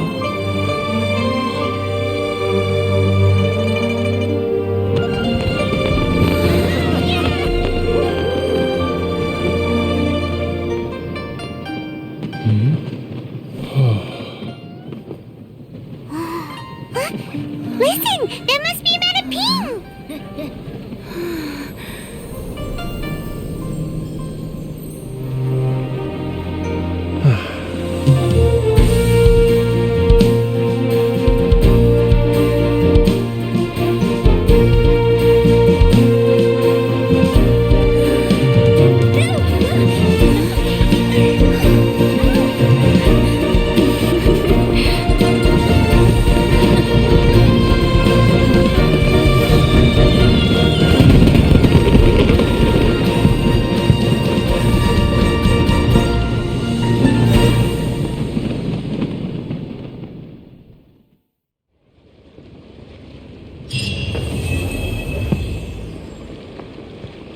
Epilogue.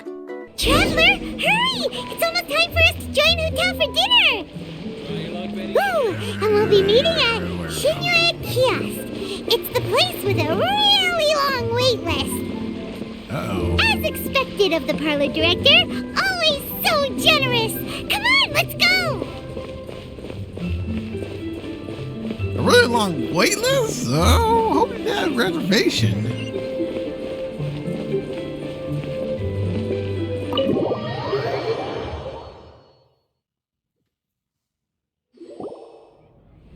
Oh, so that's how it is. Thanks for the suggestions, Mr. Zhongli. I have them all noted down. I've long heard that your knowledge encompasses all things old and new, Mr. Zhongli, but I never knew that you were well versed in the art of cooking, too. It is truly an honor to make your acquaintance. No need for formalities. I too feel humbled to be in the company of such talented young people. There are many things I could learn from you. Oh, you flatter us. If it's possible, may I trouble you to provide a few words of guidance for my practices in exorcism? Exorcism? I can't say I'm an expert in the field, but if you don't mind, we could start by discussing... Whoa, there's so many people here! All we knew was that Hotel invited Zhongli over. Paimon never thought we'd be meeting so many old friends! Happy Lantern Rite, everyone! Likewise. Please take a seat.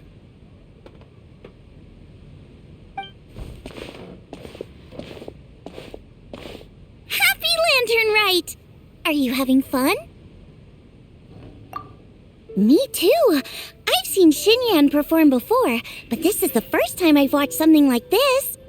I heard that the audience loved it too, and she's been receiving quite a lot of performance invitations lately. She's more busy than ever, and Yoonjin's gonna help her. Yep, and they asked us to pass on their season's greetings to everyone. They hope we'll have a wonderful gathering. The performance was spectacular indeed.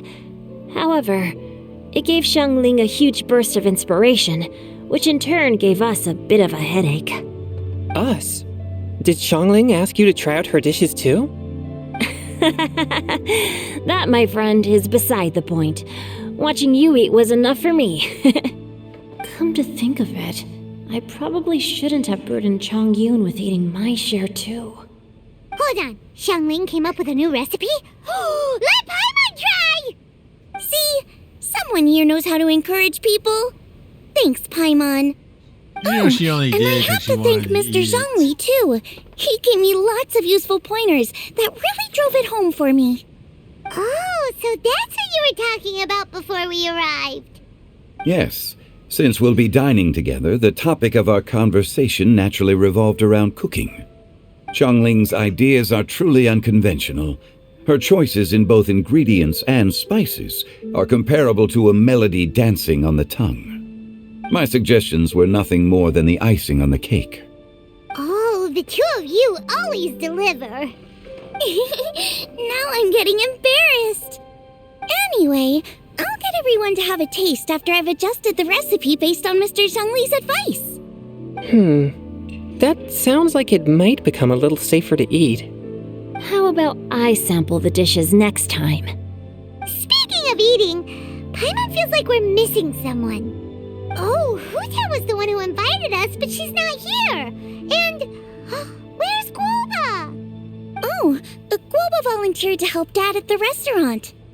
You know, lots of people come over to eat during Lantern Rite. Without Guoba helping out, I probably wouldn't have had the time to accept Hu Tao's invitation. As for Hu Tao... The director went to collect a guest. She asked me to stay here and host you for the time being. Well, Seems like it's almost time. Huh? Hu Tao went to fetch someone in person? Oh, that must mean they are super important. Could it be Keqing? Ningguang? Or Captain Beto? She didn't clarify. And as her subordinate, I couldn't just pry into the details, could I? Ta-da! We're here! not late to the party, right? Right? Good thing the Conqueror of Demons and I are both as swift as the wind, and whoosh, we made it just in time. Oh, it's Zhao.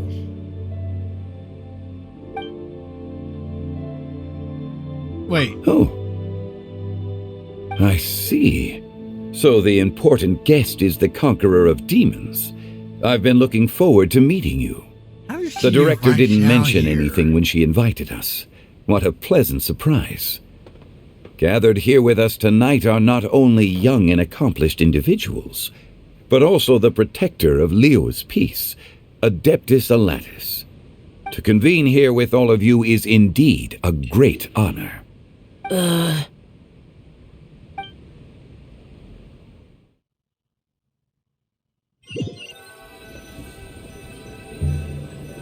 It's almost Lantern Rite, yet you took all the trouble coming here. The director has a way of making it difficult to decline. Rex Lapis, may I ask what troubles you?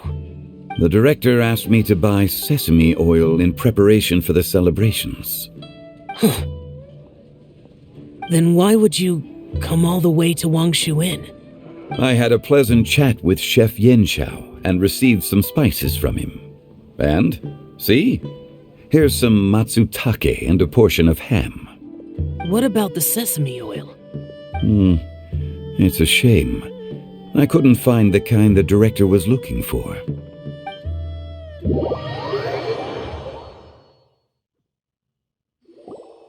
I'm sure you're exaggerating, Zhang... Sir. There he goes again. Enough with the pleasantries. Go let our guests take a seat. Everyone here today is well known in their own field and has probably heard about one another to some extent. Some of us are even old acquaintances, so there's no need to be this formal. I heard that the Conqueror of Demons and the Traveler are pretty close, no?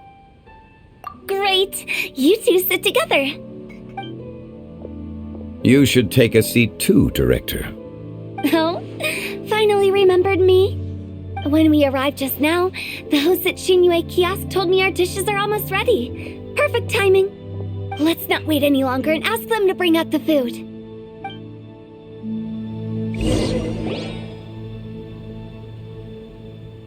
Paimon would have never guessed the person who Tao went to fetch was Xiao.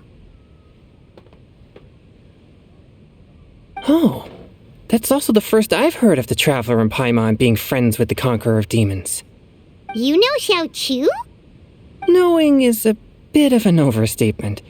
I've always looked up to him. You might not know this, Paimon, but we exorcists have worked in close collaboration with the Conqueror of Demons for many generations, dispelling evil together, both in the open and from the shadows. Hard to imagine that thanks to Hu Tao, I've finally gotten the chance to meet him. Conqueror of Demons, I'm honored to make your acquaintance. Likewise. It is a great honor indeed to have a chance to meet the legendary Conqueror of Demons. Changyun has brought that name up quite a few times in the past. I remember you mentioning wanting him to understand the importance of exorcists. We know each other too. He helped try my dishes during the Masterful Chef's cook-off.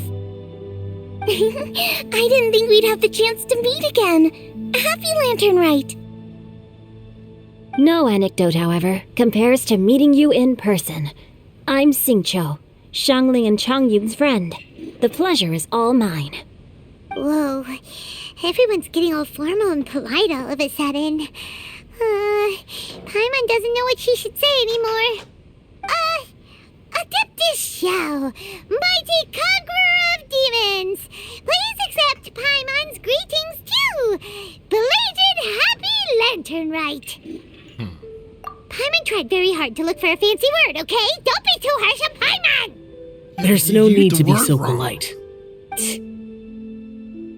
You're right. This was meant to be a nice little get-together between friends after all. Too much formality kills the atmosphere. I didn't plan this gathering only for everyone to walk on eggshells. Hiya. What's your true intention, then?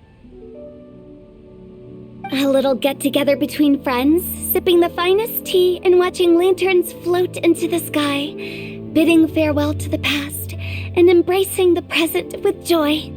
And that is something our consultant would say. I think it deserves a standing ovation. Indeed. Exceptional acting skills, Director. As for me, I'm just here to have fun and treat everyone to something good.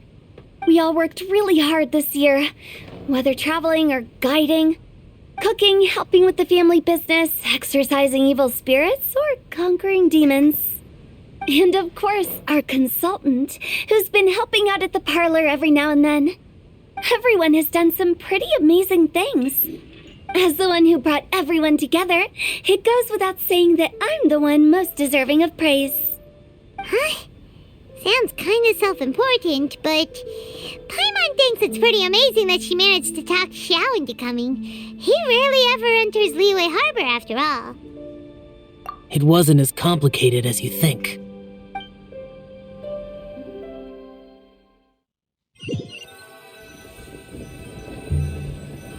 Okay, gotcha. Thanks, boss lady. It's not boss lady, just boss. And there she goes. What a lively girl. Conqueror of demons, Adeptus Xiao. Guardian of Wangshu Inn, hero of Dihua Marsh. I know you're there. Quiet. Do not disturb the peace. Sorry, but you wouldn't show up if I didn't yell your name, would you? I know you. You're the 77th director of Wangsheng Funeral Parlor. Is there something you need?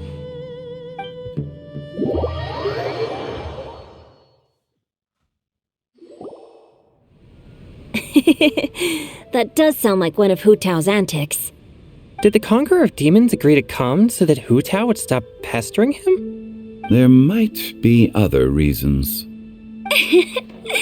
Smart guess. Huh? There's more to it? It gets pretty boring from here on. I talked about the funeral parlor's past relationships with the guardian yakshas. You know, just to be sociable.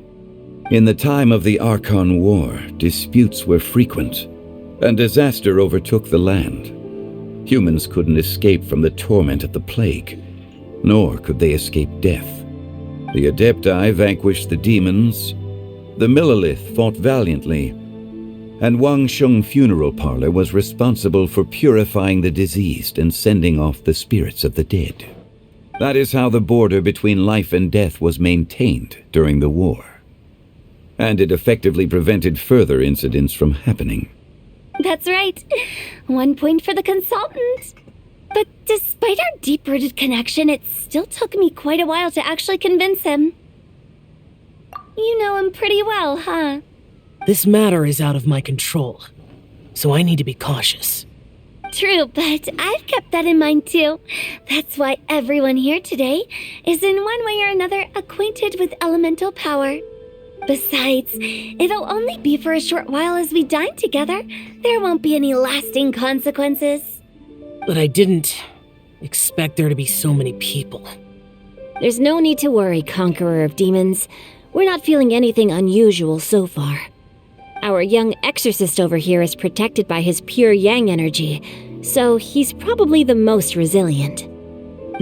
That's not the same. And did you just toss your carrots into my bowl? Hey, don't look away. Huh? What? I'm siding with Chongyun. I saw that too. You're lucky Guoba isn't here today. He hates seeing people being picky with their food. If he'd seen that, he'd definitely make you eat all your carrots. Huh? Guoba would do that? Is he that uncompromising? But now that I think of it, Xianglin told me that Guoba used to be the stove god. It sounds like you've heard the rumors.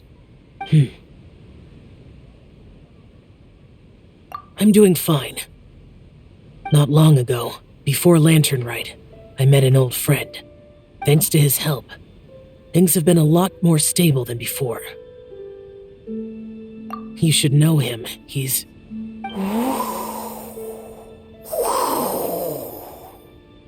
Seeds of story, brought by the wind. And cultivated by time.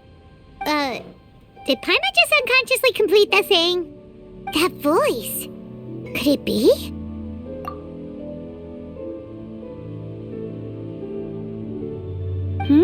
If I'm not mistaken, there's someone knocking at the door. Don't just sit there, Zhongli. Go welcome our guest in. No such need. I'm coming in.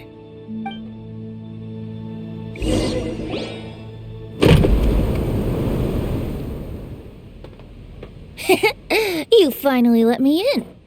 Hello, hello. No matter if we've met before or not, this moment marks a brand new encounter. Old friends and new, happy Lantern Rite. Oh, it's the tone-deaf bard. Oh, he seems to carry a valiant breeze wherever he goes. It looks like we're gonna be friends.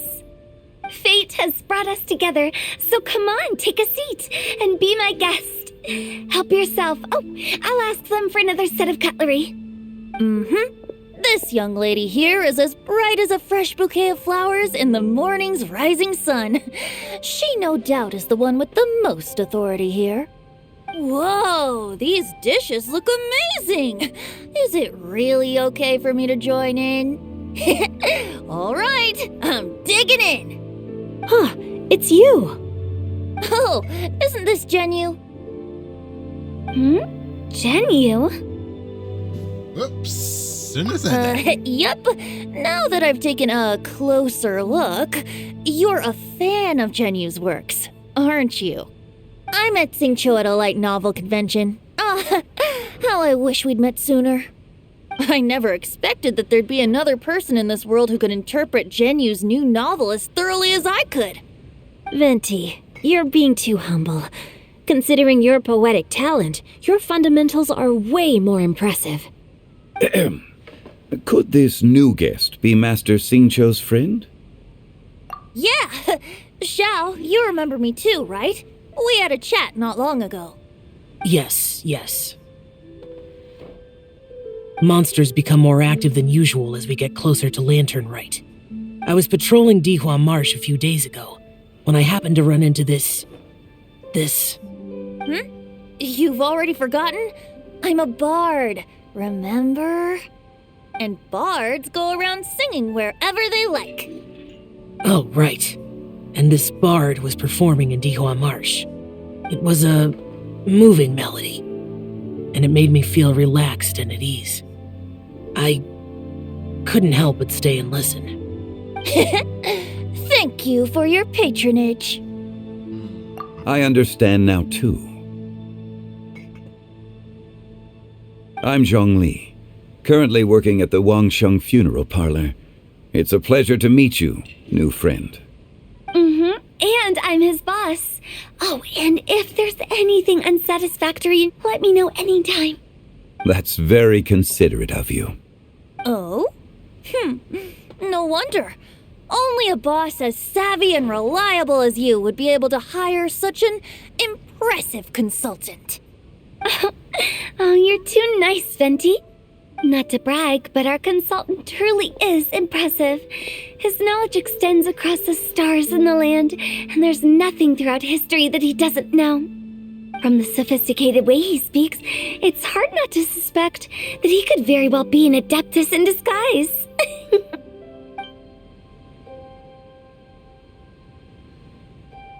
Xiao, you're an adeptus.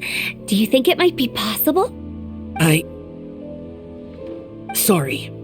I'm only good at conquering demons. I'm afraid I don't have much knowledge in that matter.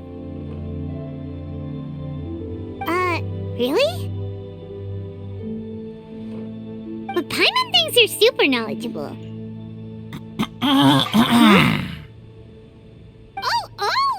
Right! Xiao's a warrior. He doesn't come to the city very often, so it's, pretty normal for him to not know anything. Yeah. Really? I've actually heard a few things about Mr. Zhongli before. The guests in the tavern talked about this refined and courteous man who, instead of having wine at Mondstadt's finest tavern, ordered a cup of hot tea with the most complex name. Now that you mention it, I seem to recall that there indeed is a musician like yourself in Mondstadt. I've heard that he's elegant and amiable, his works witty and vibrant. It's no overstatement to regard him as the best bard in Mondstadt. Now you're making me embarrassed. I would say that Mondstadt's poetry is a little run-of-the-mill sometimes. There's one I heard a while back that went, "The old house is renewed, welcoming the spring breeze, awakening old memories." The meaning's there, but the word choices are unimaginative, and there's a distinct lack of literary flair. I think so too. The composition needs a little jazzing up.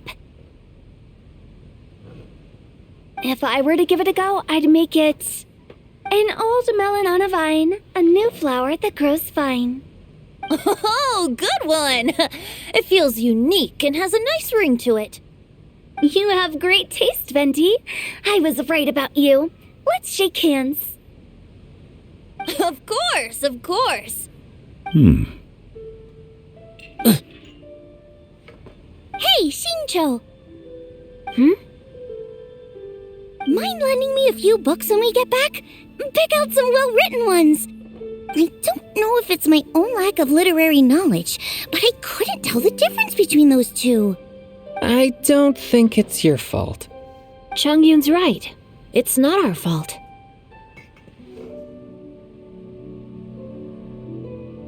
Oh, you have a point. But speaking of, why is the tone-deaf bard here? Are you here to take part in Lantern Rite too? I heard that Liyue will be hosting a Lantern Rite music festival this year. As a musician myself, how could I possibly resist the temptation to come take a look? Or listen. Getting to know other musical styles is essential to sparking inspiration, don't you think? As for the Fontaine friend who hosted the festival, I saw him near Stone Gate the other day. The Iridescence tour has finally been held successfully for once, so I had to congratulate him. Don't think anything of it. By the way, I was watching as you entered Shinue Kiosk, but no one seemed to notice me. Should I say that it's because I'm an expert in hiding, or that a certain someone deliberately ignored the sound of the wind? Whenever Lantern Rite comes around, Liyue Harbor becomes bustling with activity. People are all busy watching the lanterns and strolling around the shops, and they might just go travel somewhere on a whim. It is rather difficult to predict another's whereabouts. The festival is in full swing and proceeding smoothly, and we're all gathered here with friends new and old. This is no doubt a wonderful occasion worth celebrating. To come together with all of you at the beginning of the year, one can't help but be filled with joy. In a moment like this, I propose we raise a glass together. In my case, tea in lieu of wine. Very well said, Mr. Zhongli. That was exactly what I wanted to say. Now I'm getting a little self-conscious. I didn't cause you too much trouble barging in like that, did I? We usually drink wine during occasions like this over in Mondstadt, but since Mr. Zhongli insists on drinking tea, I'll give a toast with tea too. Everyone, thanks for the treat. You're welcome. As the host of this gathering, I hope everyone enjoys the food and drinks. May this year be better than the last. Considering that everyone may have other matters to attend to later, sticking to tea seems like a good idea. All of a sudden, they started proposing toasts. Should we? What's with the urgency? Sure. Have you two finished eating? It's always nice to have a breath of fresh air after a meal. Helps with digestion. Paimon will come too. Yeah? Okay then. Don't forget to come back!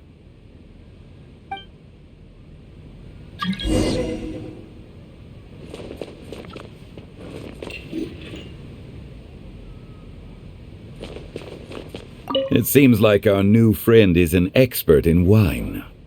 I deserve no such praise. I only drink for fun. It's nothing compared to your expertise.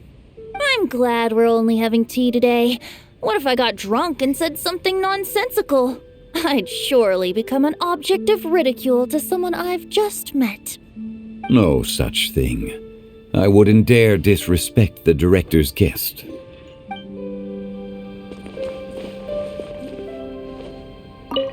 About you and Venti. Could he be a partner in your family business? That's right. You know how my family is. A lot of business secrets can't just be divulged at the dinner table. Ah, just as I thought.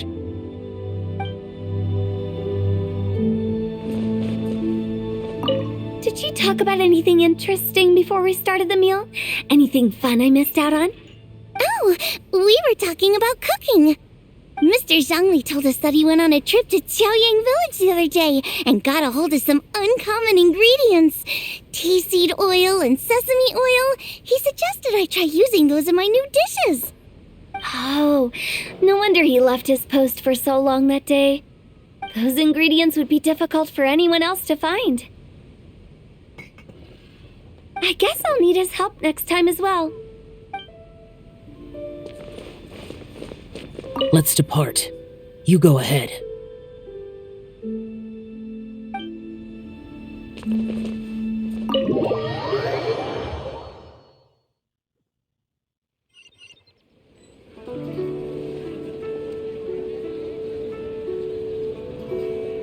Are you all right?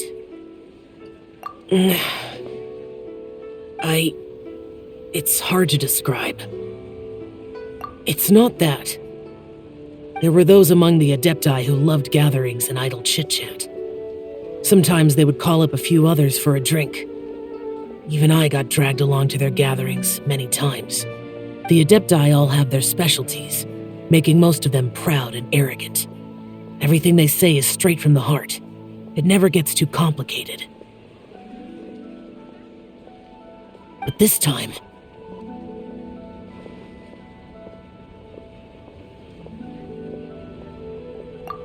No. I didn't mean that. So you know his true identity. I'll get straight to the point then. The Animo Archon is a free spirit, and his temperament is as carefree as the music he plays on the flute. It's easy for a god like him to live in harmony with humans, and that's something I might never be able to do.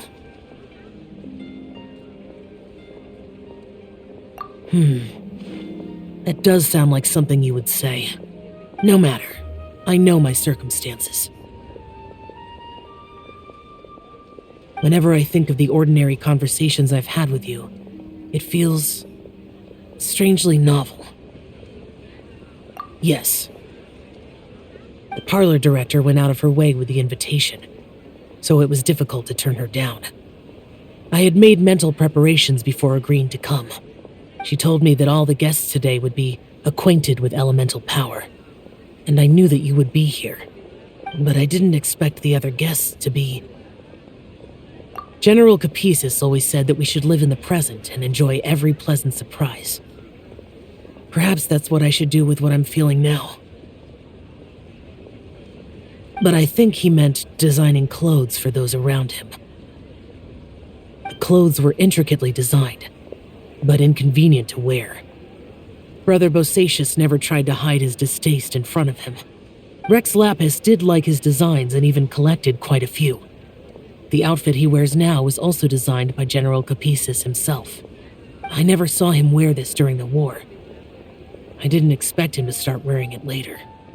Oh, here you are. I'm not intruding, right? You're not. What is it? Hu Tao saw that everyone's done eating and asked the staff to bring out the desserts.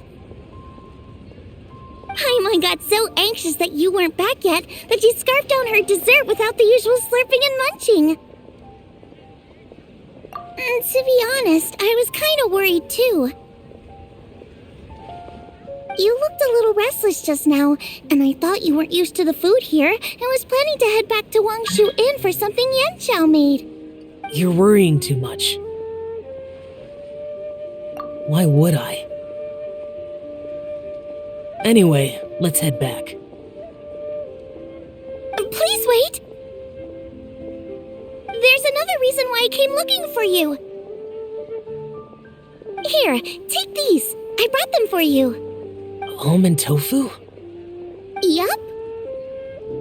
Since the Masterful Chef's competition, you could say that Yanxiao and I are not only competitors, but good friends as well. I visit him at Wangshu Inn sometimes to discuss our cooking. I heard him say that the esteemed guest on the roof loves nothing more than a good plate of almond tofu, so I learned a thing or two about the dish from him.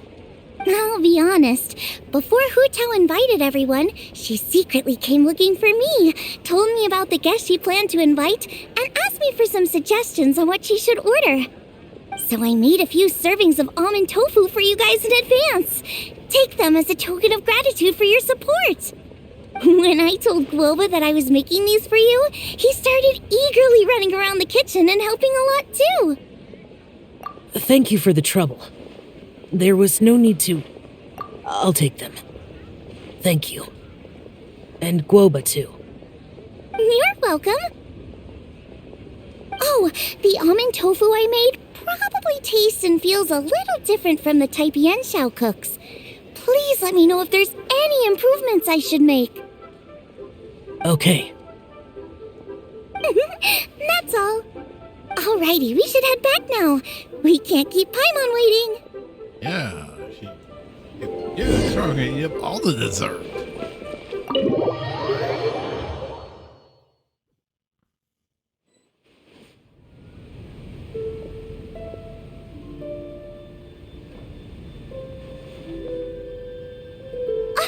You're finally done whispering secrets to each other? So much for promising Paimon you'll be back soon.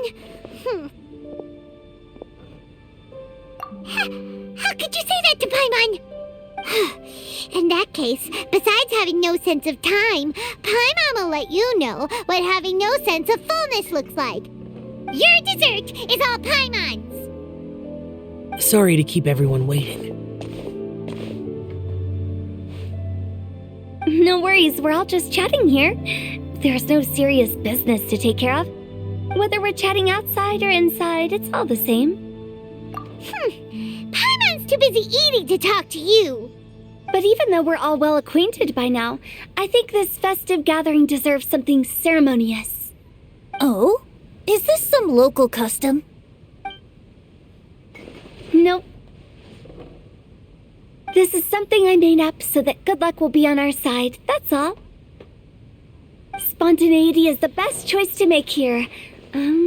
Let's use this incense burner on the table. It's been lit for so long now that the incense is running out. I'll leave refilling and lighting the incense to the most distinguished guest among us all. Lighting the incense will signify continuous growth and prosperity in all our endeavors in the new year. I see. Perfect symbolism, as expected of Hu Tao. And speaking of the most distinguished guest here today, I'm sure we all agree that it's Mr. Zhongli. I'm not very familiar with the details of his past deeds, but chatting with him has been a real eye-opener, even for a bard who has traveled all across the world. If knowledge were a form of power, one could even say that you're a wielder of unlimited strength. But when it comes to having a way with words, the notable bard is certainly one cut above the rest. I just happen to have a good memory. It is such an unexceptional skill, yet you made it sound like an unparalleled talent. I am truly impressed. Since we all get to nominate someone...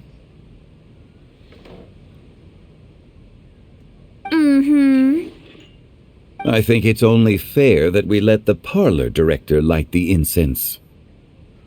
Huh? That won't do. don't flatter me just because I'm your boss. We are looking for the most distinguished guest here. As the host, I shouldn't be involved in this discussion at all. Now that we've enjoyed this table full of delicacies, how about we let our one and only chef here do the honors? Is this really the way this works? I didn't cook any of these dishes. It's not a big deal. Just look at her. Xiangling, the disciple of an adeptus, the stove god's best companion, the winner of the Masterful Chef's competition. The only heir of the famous One Mean restaurant. A good old friend of mine. There's no better choice. Why does Paimon feel like we're back at square one again? Please stop! You're making me embarrassed. If we're looking for a distinguished guest, surely the second son of the Feiyun Commerce Guild counts. It's one of the largest commerce guilds in Liyue Harbor. Huh? Don't get me involved in this. Oh, not a bad choice.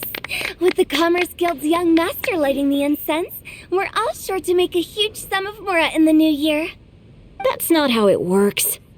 Making a fortune is indeed a fine wish, but it's of lesser importance than good health and happiness. Which means we should choose Chongyun, the skilled exorcist who keeps everyone's home safe from evil spirits. Huh? Now you're nominating me? I can't be the one when we have the Conqueror of Demons right here. Adeptus Xiao has the most seniority among everyone here today. We should... I refuse. I am most certainly not the most distinguished guest here. You should all be able to make the right judgment based on your observations. One person here is well acquainted with everyone else.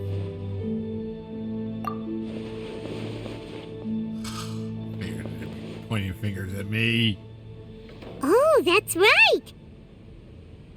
Even though you're always mocking Paimon, you're still pretty popular with other people. No, wait!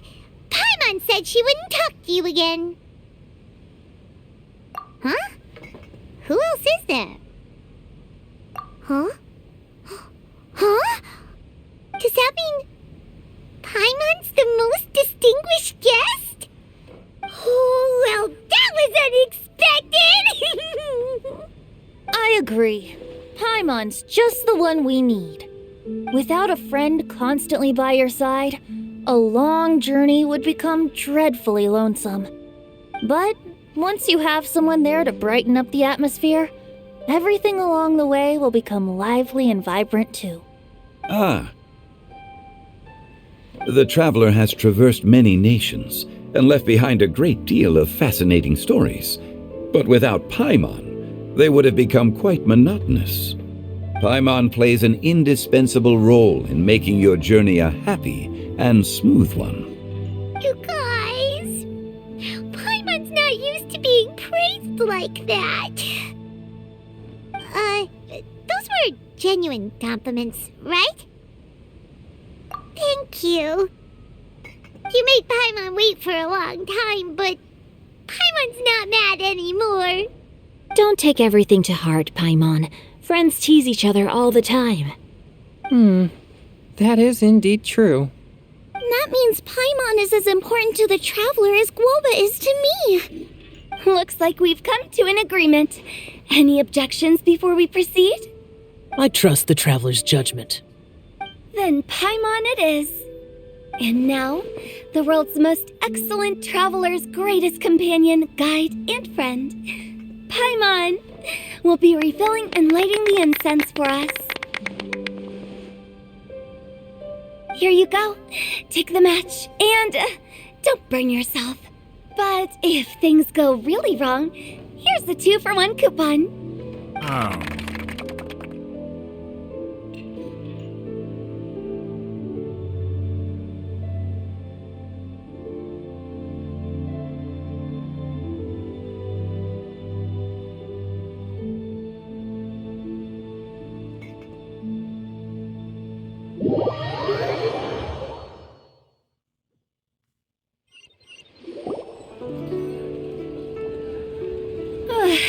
getting late. I won't take up any more of your time. You're all free to go as you please. Yep, the tea was amazing too.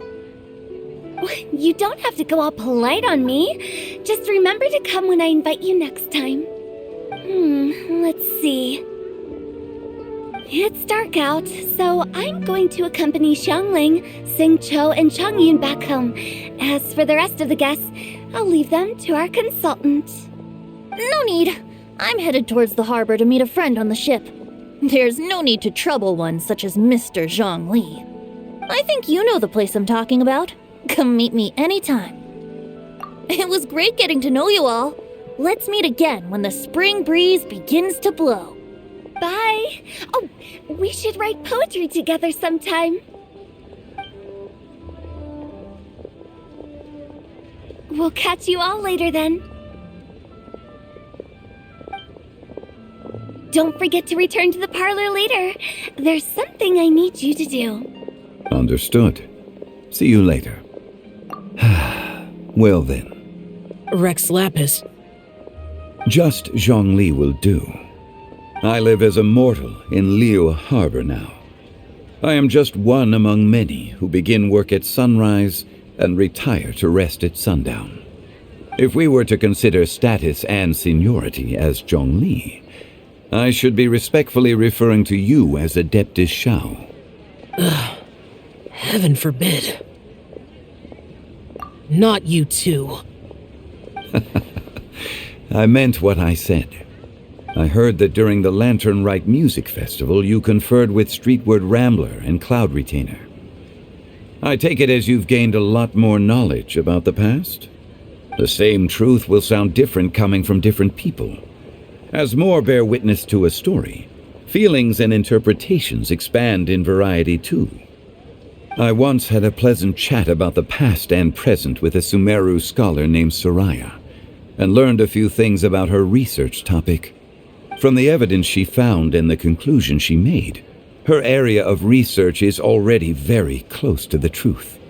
But there are multiple sides to humans and gods alike. In the legends recorded by humans, some gods were depicted as arrogant and condescending, while others were kind and capable. But whether to me, Streetward Rambler, Cloud Retainer, or younger adepti such as Shao and Ganyu, those adepti and gods that may seem extraordinary to humans are something more akin to close companions.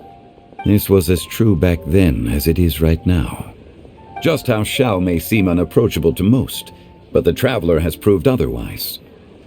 So there's no need to dwell too much on certain things. Zhongli, what you're saying is... It looks like you understood what I meant. The director asked me to accompany you on your return, but I don't think you'll need my protection. I'll be taking a walk around and admiring the night scenery. After that, it'll be time for me to go back and meet up with the director. Goodbye for now. Bye, Zhongli. Everyone's gone now. Paimon always feels a little empty inside when a lively celebration ends. But at least you always stay by Paimon's side. No. Paimon got it mixed up. Paimon, the best and most distinguished travel guide, will always stay by your side, traveler. Good that you were aware of that. Shell, is there anything else you want to do? We could take you on a tour of Liyue Harbor. No need. I've stayed here for much longer than I had expected. The city lights are a fine sight, but it's time for me to leave. The events of today occurred so abruptly. I appreciate your kindness.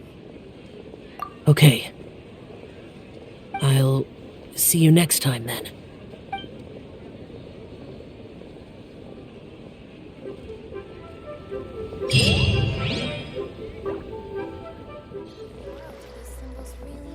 This is such a cool ship! Facing the sea breeze and gazing out at the soaring seagulls makes me want to sing out loud.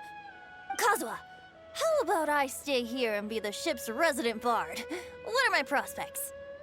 With your level of artistic finesse, I'm sure nothing will go wrong. But I'm afraid the sailors aboard are not the most versed in the arts. They probably wouldn't understand the deeper meaning your poetry holds. You can't say that for sure. Poetry is spur-of-the-moment creations. Anyone viewing the same sights and experiencing the same atmosphere would surely understand. There's a port in Mondstadt too, but I rarely get the chance to board any of the ships.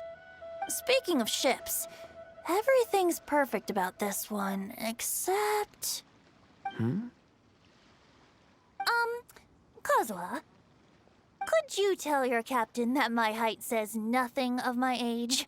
I'm way past drinking age. How often does one get to enjoy a seafood feast on a ship?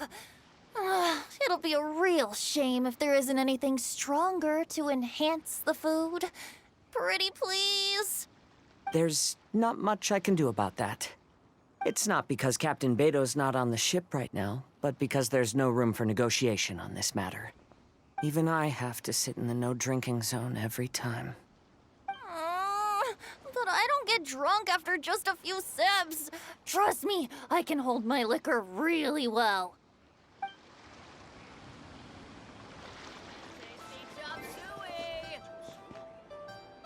The vegetables are fresh, and there are enough wheats and grains stocked up.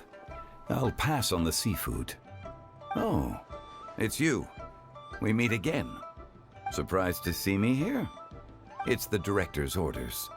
Xiangling worked all day and night at the restaurant during the festival and didn't get to have any time to enjoy the festivities. The director sent me here to help out in the kitchen so that Xiangling will have some time to herself.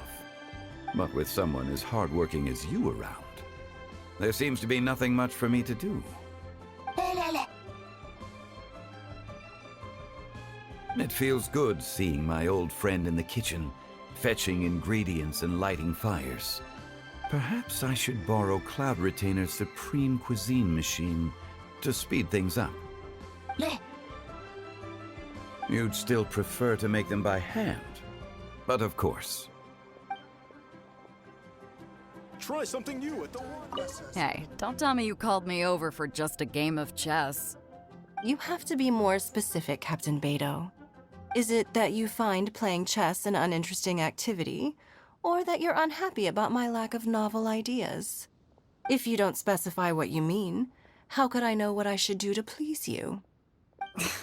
Of course. I make a single remark and you reply with a full-blown lecture. Maybe we should deal with all official affairs publicly in the future. It might just make things easier. I'd be perfectly happy with that. I'm just worried that Captain Beto's business might be negatively affected. Don't give me that. That woman from Yenshang Tea House sometimes comes aboard to ask for information. She requested the fleet to import some goods, but how could I not know who she's actually working for? Oh, you sure know a lot, Captain Beto. How about I ask her to come over? Or maybe we go straight to her tea house. With one more person around, we'll be able to have some variety in our chess games. I hope that would be less of a bore to you. So, we're still gonna play chess after all. Okay, now I need to get a move on and write my next song. Listen to you. You only just fulfilled one lifetime dream. Are you really thinking about your next goal already? Don't try to tell me you ain't the same way. I bet you've already thought up a name for your next opera, haven't you? You know me too well, Xinyan. The Adeptus-Seeking Voyage. How does that sound? Oh, man! Yeah, I can already picture it. I've also got just the finishing line for it. I'll close with, "And the celestial melody echoed through the clouds forevermore." The Lantern Rite celebrations are getting better by the year. Such wonderful music. Dr. Baiju, I've brought the herbs. Who are they for? The singers. Performing at a music festival is very demanding. Using these herbs in good time will protect their voices from damage. Oh, that's why you were preparing them all night. I dared not neglect the Yuheng's request. Her messenger was quite insistent that it should take top priority. Let me double check again. This one is for...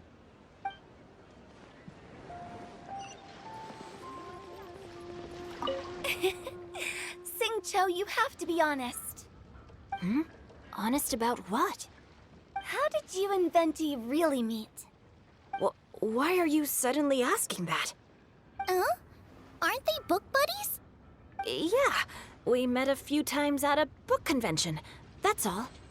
Oh, really? With that extraordinary demeanor and literary talent, he's definitely not just any bard. If he's someone that could hold his ground in a conversation with a consultant, he needs to at least be as talented as me. Perhaps you're overthinking this matter. Hu Tao, Xingqiu wouldn't lie to us. Okay. I'll tell you the truth. Huh? Xingqiu! I'm actually a fan of Venti's poetry. You all know that I love reading, and sometimes come across poetry from Mondstadt. Among those works, I admire the ones penned by Venti the most. Just as Hu Tao said, his artistry is the reflection of his personality, remarkable grace and exceptional literary talent. I guess Venti didn't tell you the whole truth back at the restaurant because he didn't want to embarrass me in front of everyone. He's such a considerate person. Yes, right. I can confirm that. When Xingqiu was busy with other things, he asked me to buy him poetry books in secret. I see. That didn't sound like too much of a big deal. You could have told us right away. Well, I'm telling you now, aren't I? Oh, so that's your story. Forget it. Let's drop this topic. It's not often that the four of us are all together. What should we do next? Hide and seek, hopscotch, or some shopping? Since there's 4 of us, why don't we borrow a mahjong set?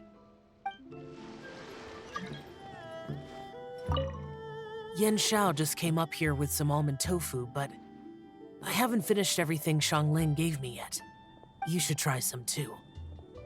I'm not as experienced in tasting mortal food as you, and I couldn't tell the difference. There must be many different stories to tell of the hustle and bustle of the mortal world, too. You can tell me. I will listen.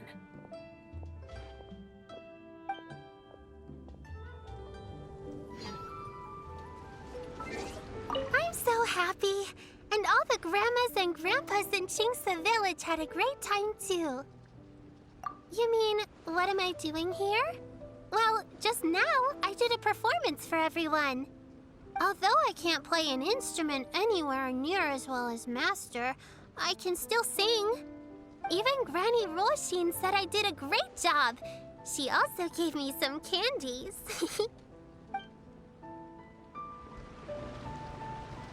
I'm so happy. And all the grandmas and masters told me a lot of stories about the Adepti. There was Skybracer with the giant deer horns, and Seagazer who loved to collect treasure. Sometimes Master talks and talks for a long time, until her voice starts to sound sad. But then she always breaks into a smile again, and tells me all of the things each of them loved best about Liyue. I love everything about Liyue. Some of the Adepti are gone now, but it's okay, because I'm gonna help take care of everyone in their stead. I'm so happy. And I'm happy that Mr. Dvorak found the fairy lady from his story. And I'm also happy that it turned out it was Master all along. Also, I helped out this time too, didn't I? So that means I was paying homage to my master? Oh, also, Mr. Dvorak got one of his friends to bring me a toy from Fontaine. I like it a lot. At first, I didn't know whether I was supposed to accept it or not, but then Master said it was okay, so I did.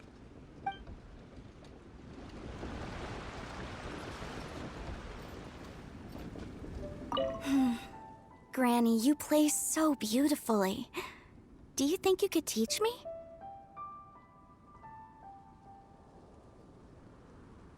Oh, child, you simply never stop, do you? This festival is a rare chance to rest and relax.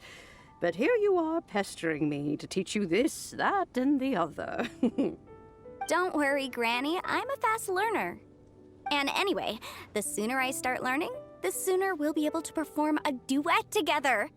A musical duo is only as good as its weakest link. So you gotta teach me all your secrets, okay?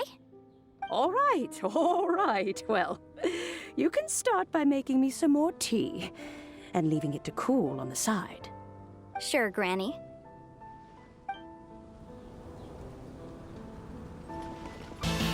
Thanks for watching. Feel free to like the video, leave a comment, and subscribe for more videos. This is Mike, signing out.